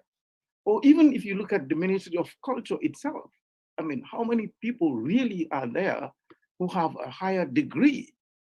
People who can seriously interpret our culture for us. Because remember, culture is not just about, all the things that we talked about, about the songs, about the products. Those are manifestations, right? Like singing is a manifestation of culture, like the cultural products. Those are all manifestations of culture. So culture is really how, I don't know how to say this, but something like, culture is about what we do, right? It's not it's what we do and how we want and how we do it, if that makes sense, right?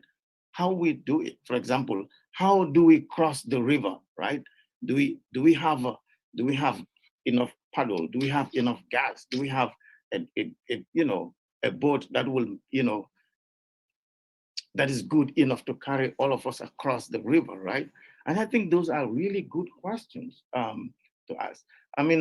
The other thing is really, so if government invest in this, they can, they can go to the university, like particularly these smart and intelligent students who have just spoken here, right? Why can't government, for example, deliberately pay for 1 or 2 students, right, to go and study and, and get a degree and, in the arts, in the arts, that's what I'm saying. I don't know if that makes sense, but I think that would be a very good thing to sort of get out of these things. The other thing really is that, are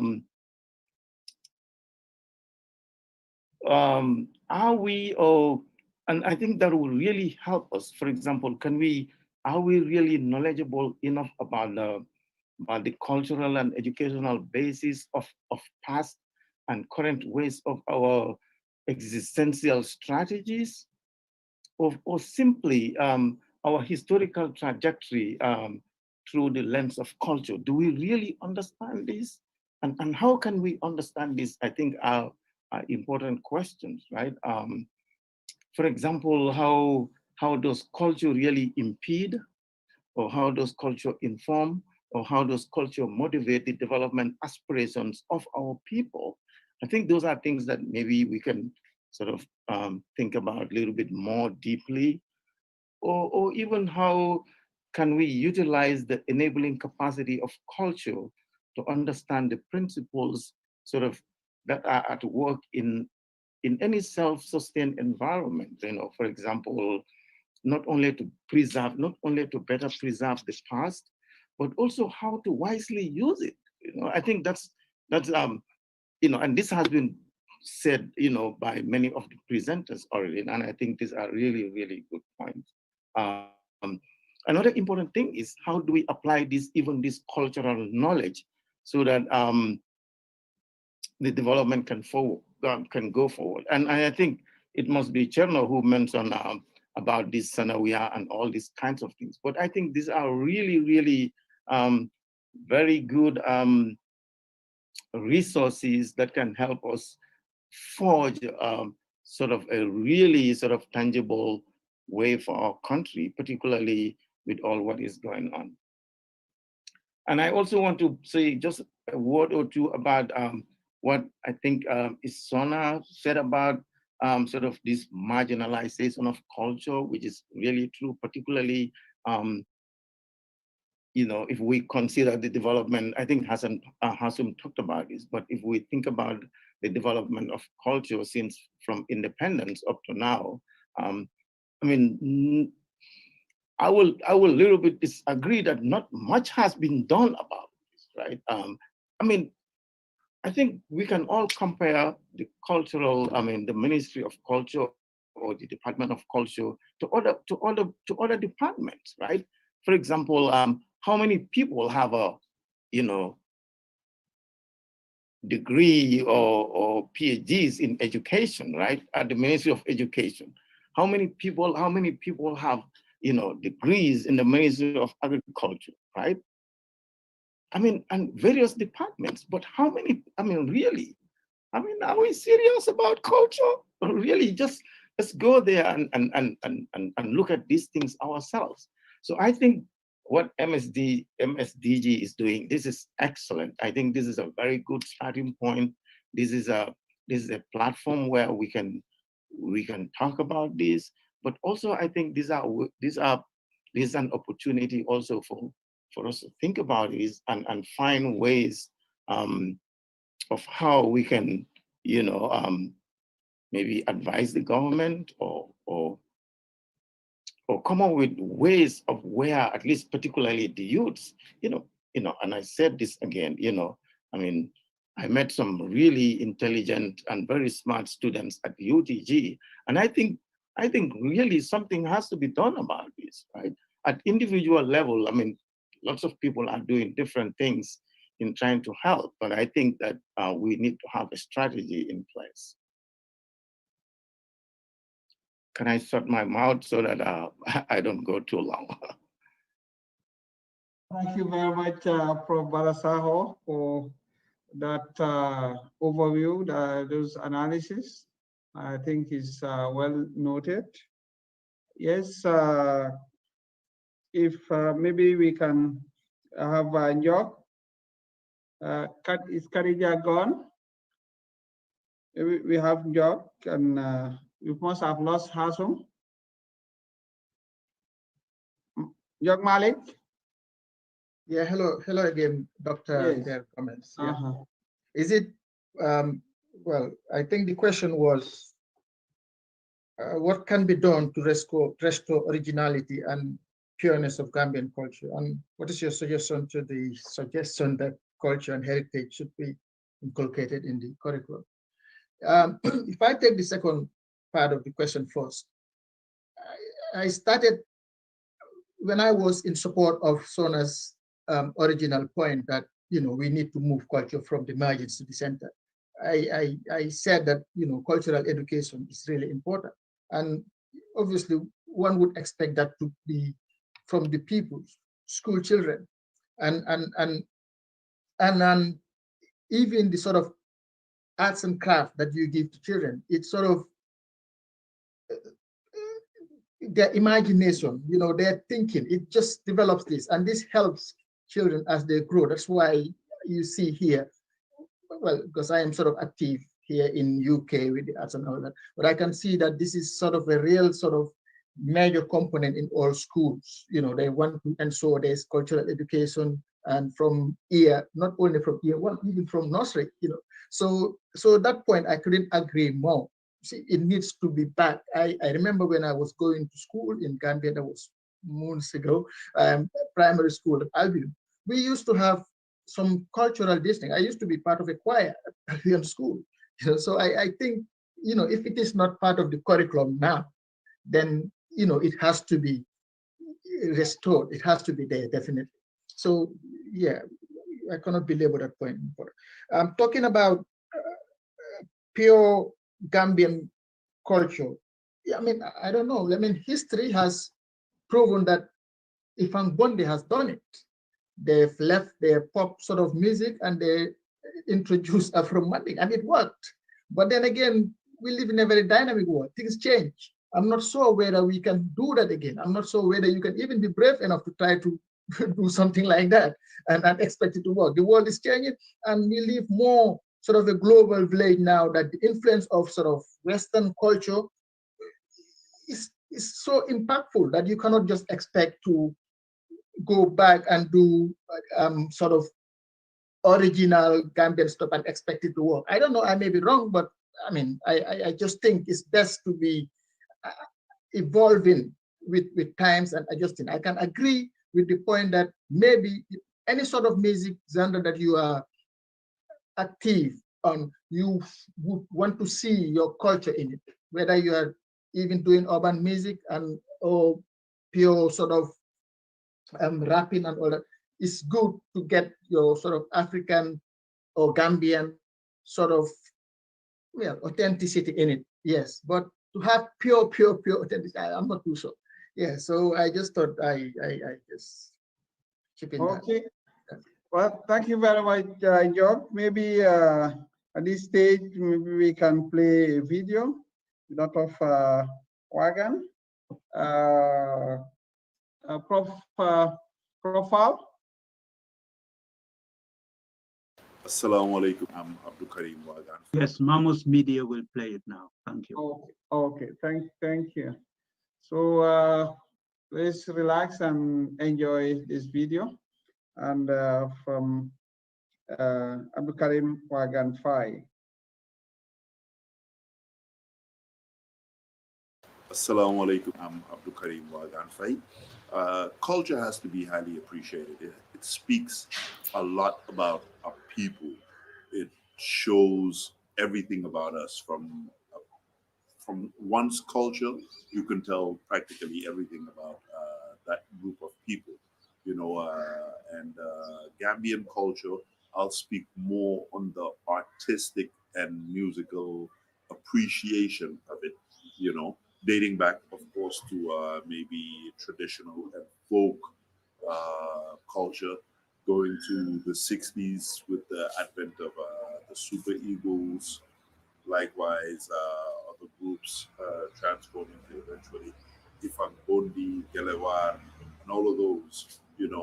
They spoke a lot about, I wouldn't only say Gambian, but they spoke a lot about Senegambian culture.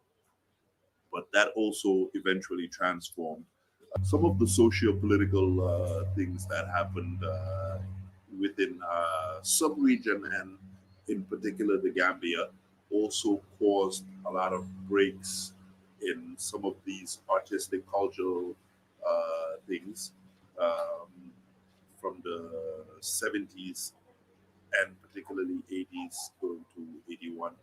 And things started picking back up in the mid to later 80s to eventually what became the modern, more hip hop and reggae influenced part of our culture and music in particular, with the coming of Fugitives and so many other guys of that era, to eventually the 2000s. You had also that influence where it I think became more apparent. Early 2000s, you had the Born Africans and guys like Rebellion, to eventually leading to what I would call my generation. My generation, not necessarily in age, but my generation more with the guys that we came up with. I think with all of those as well, we always have to look back. You always have to look back at what previously was and how you can connect what previously was to what is to eventually go into the future. I think we've definitely grown a lot, but what I personally think could be the way forward, I'm not sure if Gambia is even appreciating that part of our culture and music so much. We are trying to nurture what is already available outside, but I think I might have to use examples, but using guys like the Jelly Madis, Barhama, Cham, Royal Messenger, guys like Bobo Demon, Sambu Suso. I think those are people artistically we could nurture to eventually be a way forward for Gambian culture as well.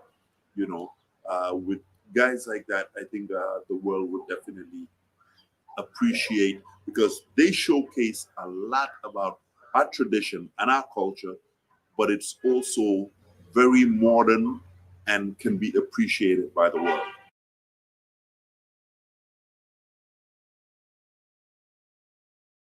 Assalamu alaikum. I'm Abdul Karim Waganfai.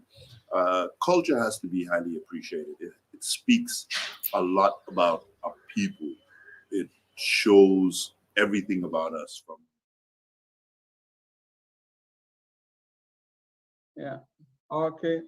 Thank you very much.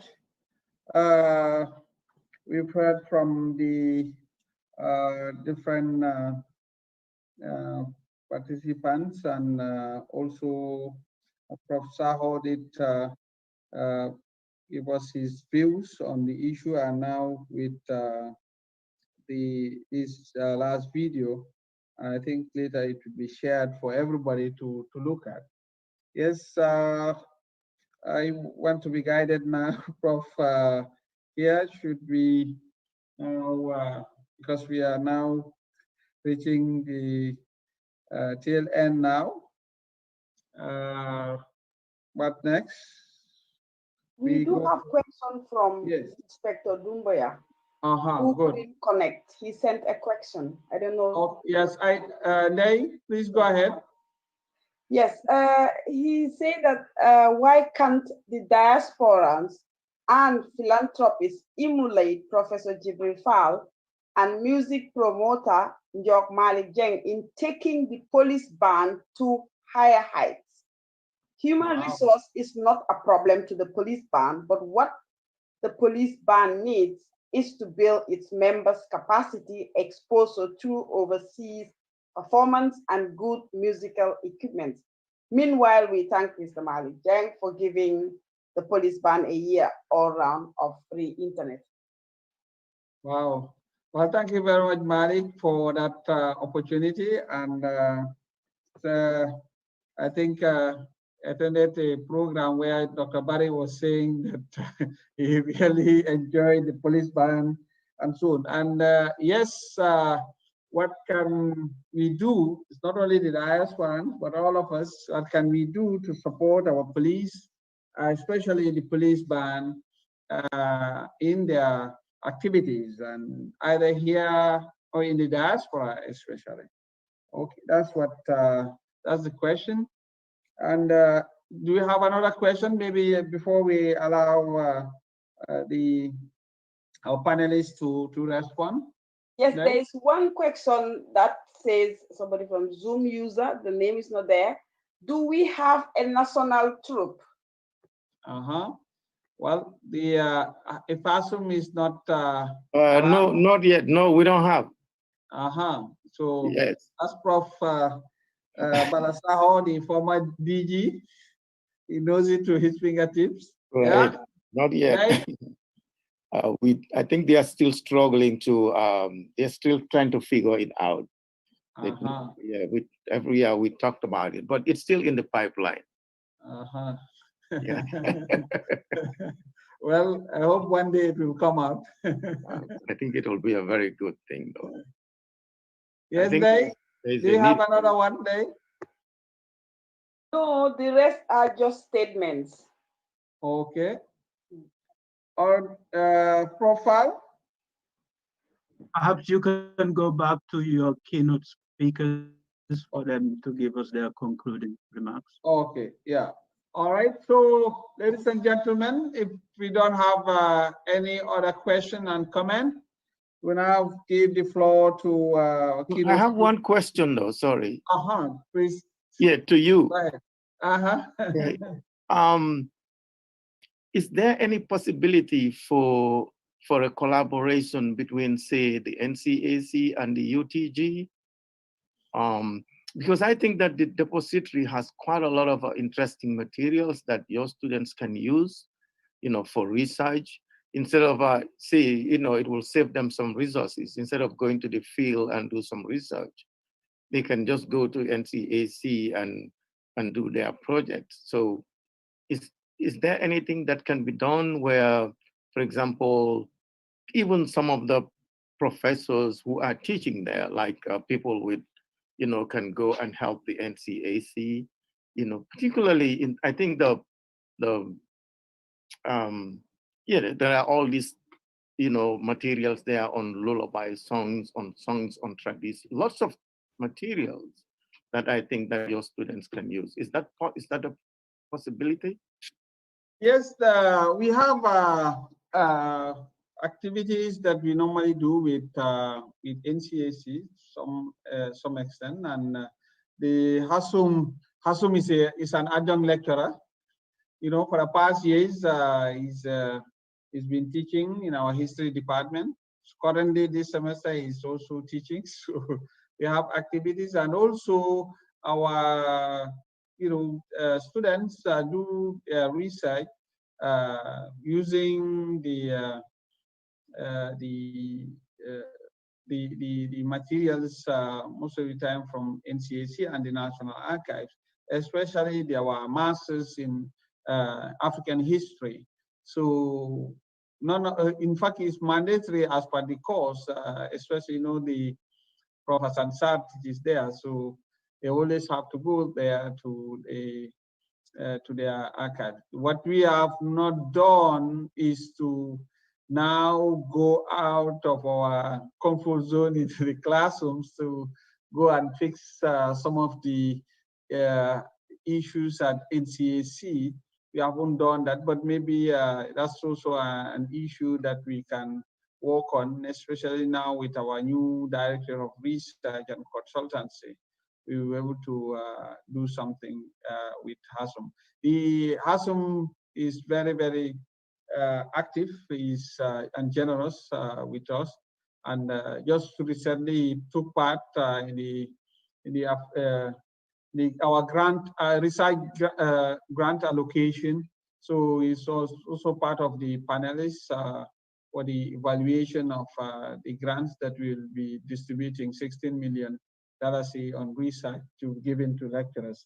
So he was part of so we are doing some activities together, but at macro level, we are yet to go that far.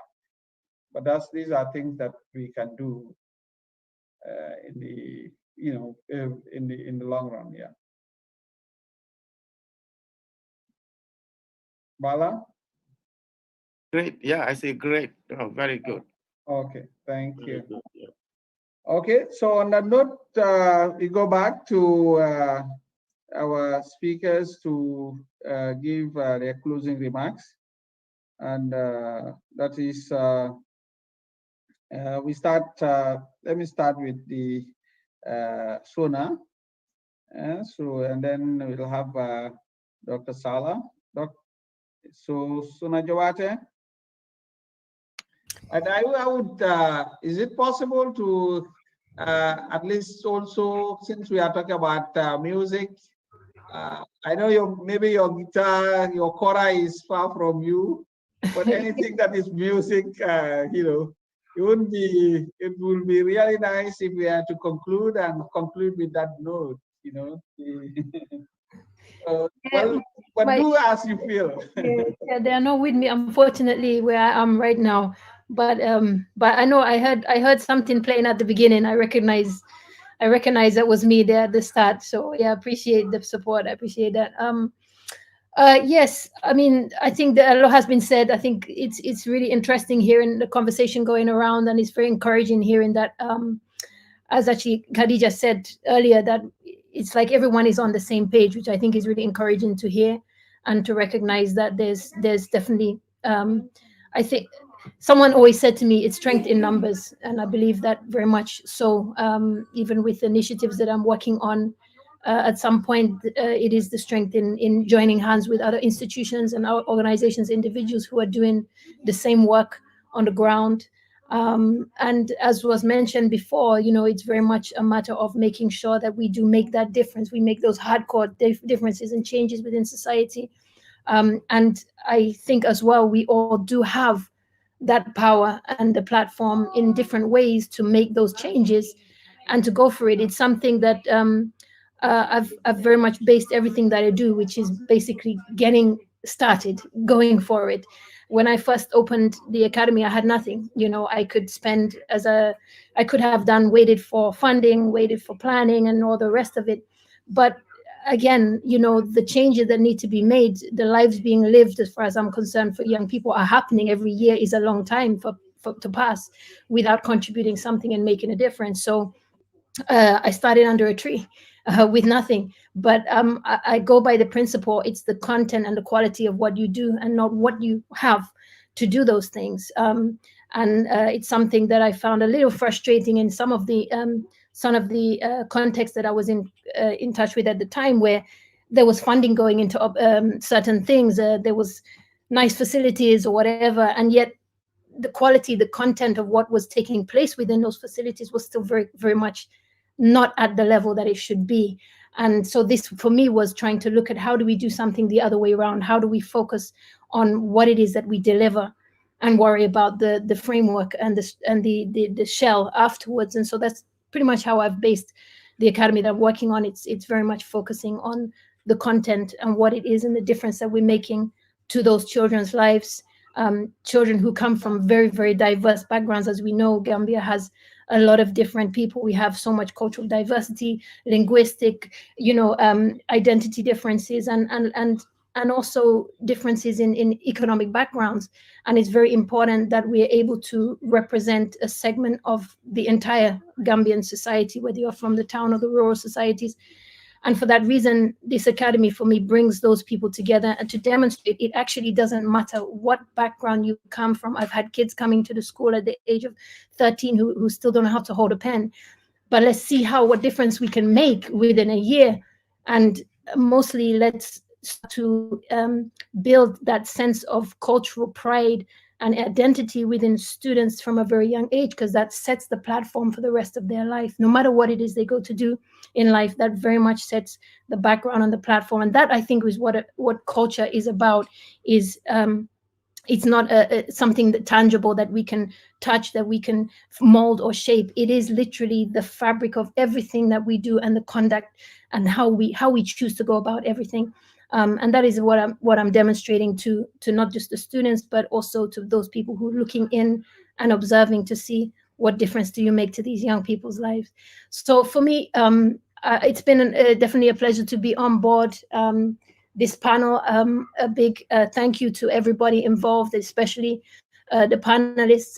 It's been really inspiring listening to you. And yeah, all in all, thank you so much. And I really hope that this is not the end, but also the beginning as well. Okay, thank you very much, Suna. And Dr. Salah?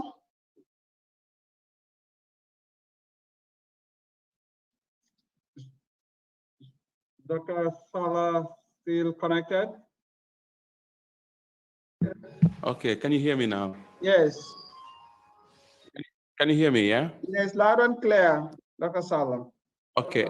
Now, I said I want to echo Sohna's words because she's actually captured the essence of that self-reliance I've been talking about. I started a publishing house with nothing, with no funding from anybody. I taught myself how to publish, and I was determined. And still now we publish. Right now, I think in the Gambia, Global Hands Publishing publishes the best quality books. We're not only printing, we're talking about editing, proofreading, typesetting, graphic design, and the whole thing. And we've got quality assurance systems in place where our books will be proofread by at least 3 people before they could get anywhere. And there's a proposal system. We started it in addition to my full-time job. So this was something that I just did on the side with nothing.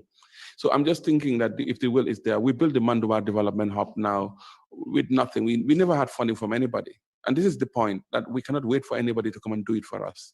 If people come and join us, that's fine, but they will respect what we're doing because we have dignity in what we do and we have dignity in ourselves. And I think that is quite important. If people want to come and support what I do, they're free to. If they don't want to support what I do, it doesn't stop me from doing what I need to do. Like they say, Watu TJ. There's so many pressing issues that are affecting the country and Africa. And sometimes you just want to cry. And there's some basic things that we can do for ourselves. We've got 12 hours of sunlight in the Gambia. And when you ask people, oh, we're importing what, 25% of budget or something like that, spending it on fuel, we can actually build the electric cars that can actually run very easy. It doesn't take, there's so much knowledge available. All I'm saying is there needs to be a shift in the mindset, is that we collaborate with people. We don't have to replicate what other people are doing, but we have to start and we roll our sleeves and we do what needs to be done. If other people come and find us, great. If they don't want to find us, we'll still do our thing.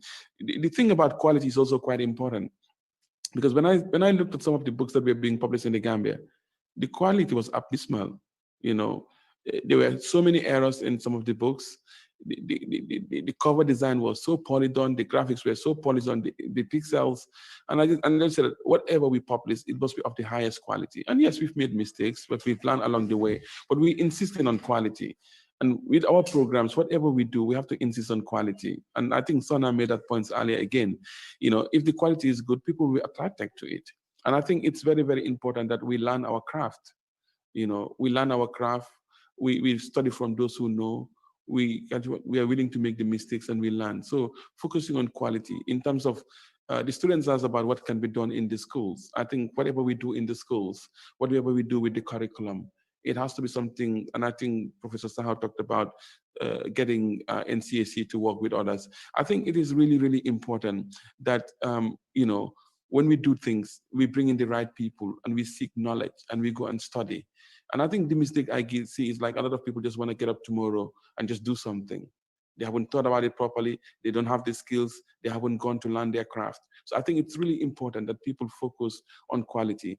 And if you're talking about bringing the university and bringing the classroom into the university and taking the classroom into the real world, there's a symbiotic relationship there that can be tapped.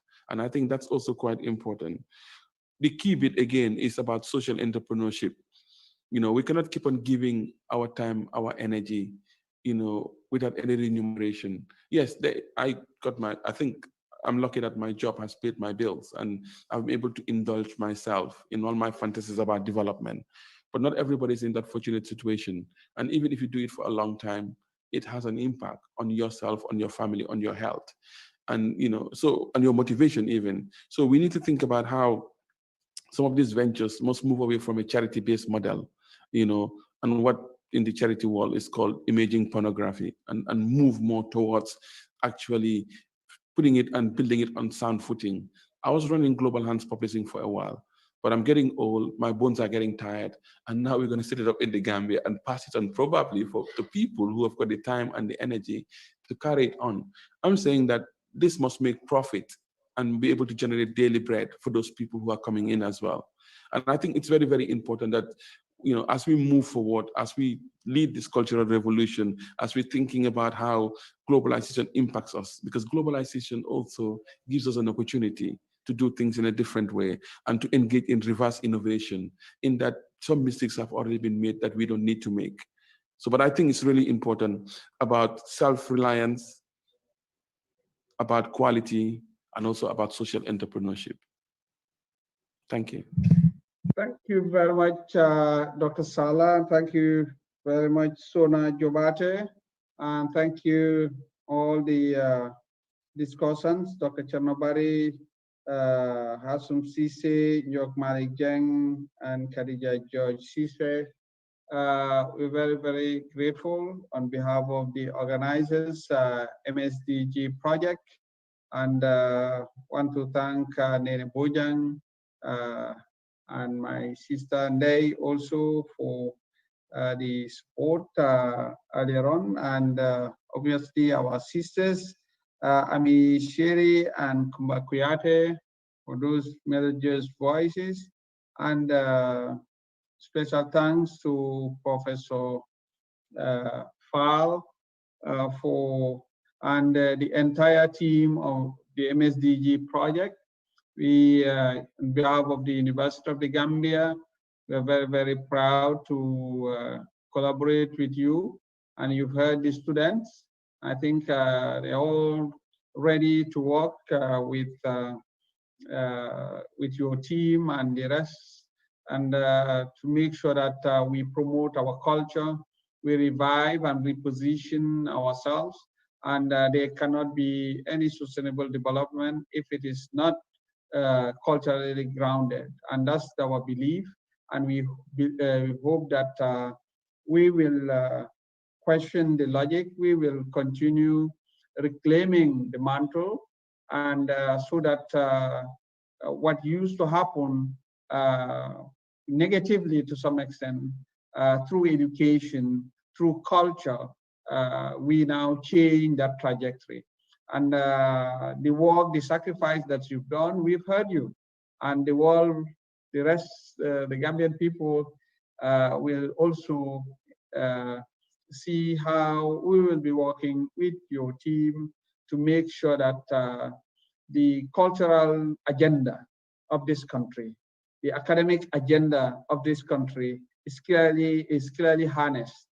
And very soon, also UTG together with your organization will be doing something, and I want to believe that it will be good. It will be for the good of the entire nation.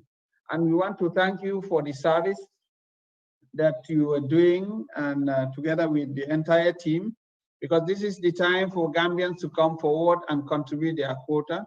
This is a time where people need to be useful to their society. It's good to challenge, to question, to criticize, but it's also better to participate in that building, in that construction, so that we move this nation up to the mountaintop. And I feel that most of you are contributing your quota. We've been following different activities. Wherever you are, a Gambian must be useful to his society. Yeah, so being in the diaspora should not stop people to really contribute.